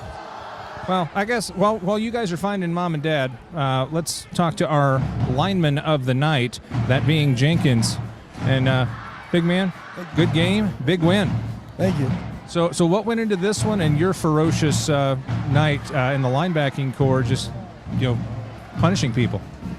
I've just tried to do my best. Just keep fired up for this game, and then just try and get fired up, keep myself positive. Know that they're gonna try and play hard, a rivalry game, right down the street. So just try to play as best I can, go hard. Now that was something that we mentioned a little bit on the broadcast, but I'm not from here, so I don't know about this rivalry and this backyard brawl. But how close are the neighborhoods that feed these 2 schools? They're like a few miles apart. Really, they're it's local places like a McDonald's around where we'll see them there, and especially basketball season. It's just a huge rivalry when it comes to that. So that's just we're always right around each other. Now you're winning the Lineman of the Night award, even though you're a linebacker. But talk about the front 7 on the defensive side of the ball. What really went into this big game with all the fumbles and the interceptions and the sacks? And how'd you guys find the holes and plug them? Well, I basically, a mistake we made the first drive. I just came out there, basically just said, forget about it. Let's just go out there. We know what we can do. And they just played hard. We practiced, we know watching film, we know, the cues, the bubble screens, calling that out. When they run that outside zone, I can tell, just on film, so just calling that out, helping out D-line, make sure, settling them down when they get frustrated and something's bad. So trying to keep them positive. Are your parents here? Oh, yeah, they are.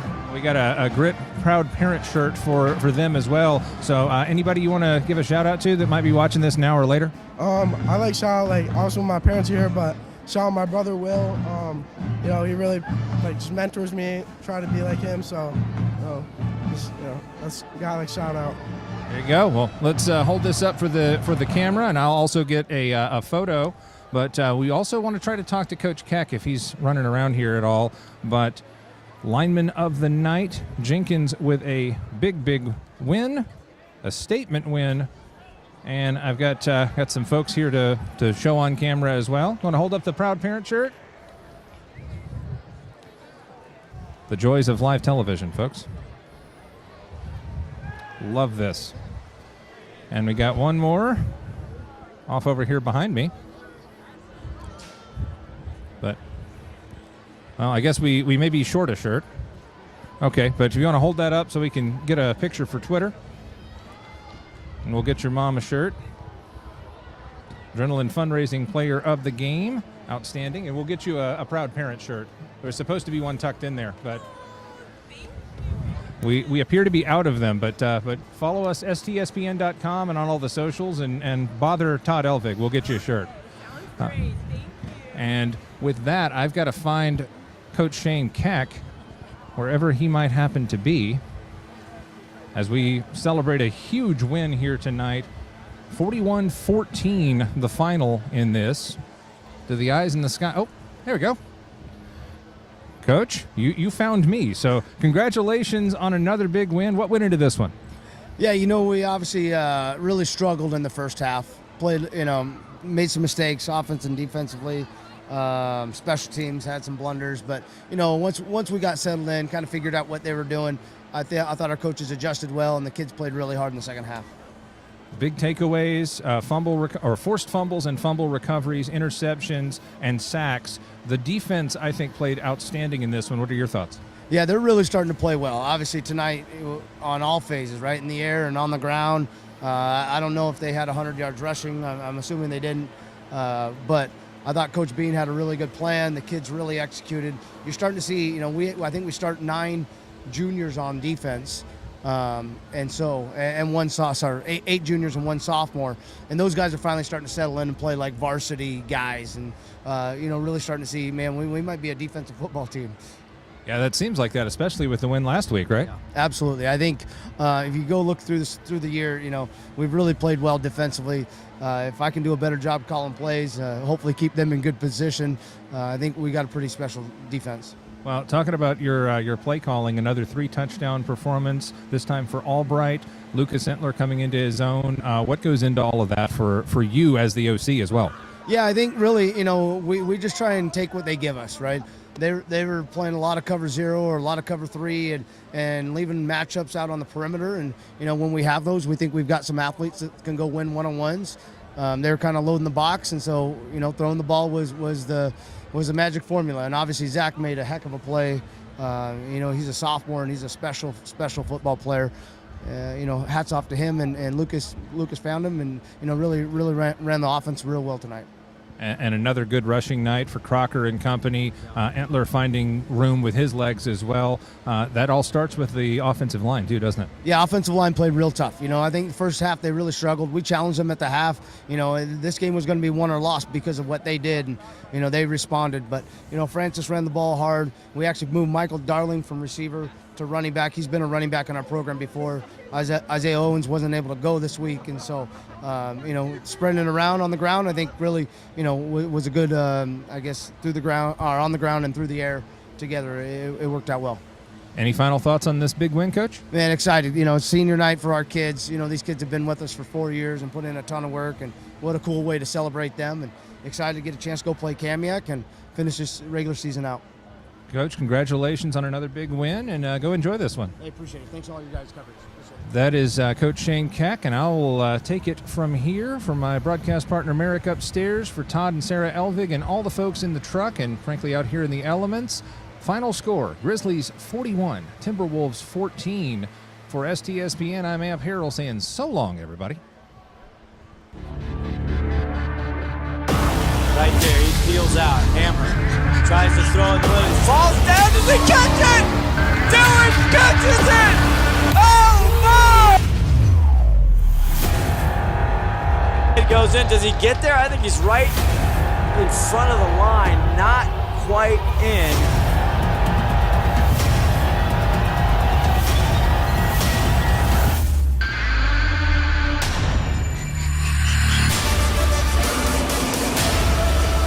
Got it, takes the handoff, now rolls to the right, still rolling, still being chased, now heads upfield, goes around a man at the 40, down to 35, heads infield at the 30, now he's down to the 20, you gotta be kidding me, he's down to the 15, almost down, he's to the 10-yard line.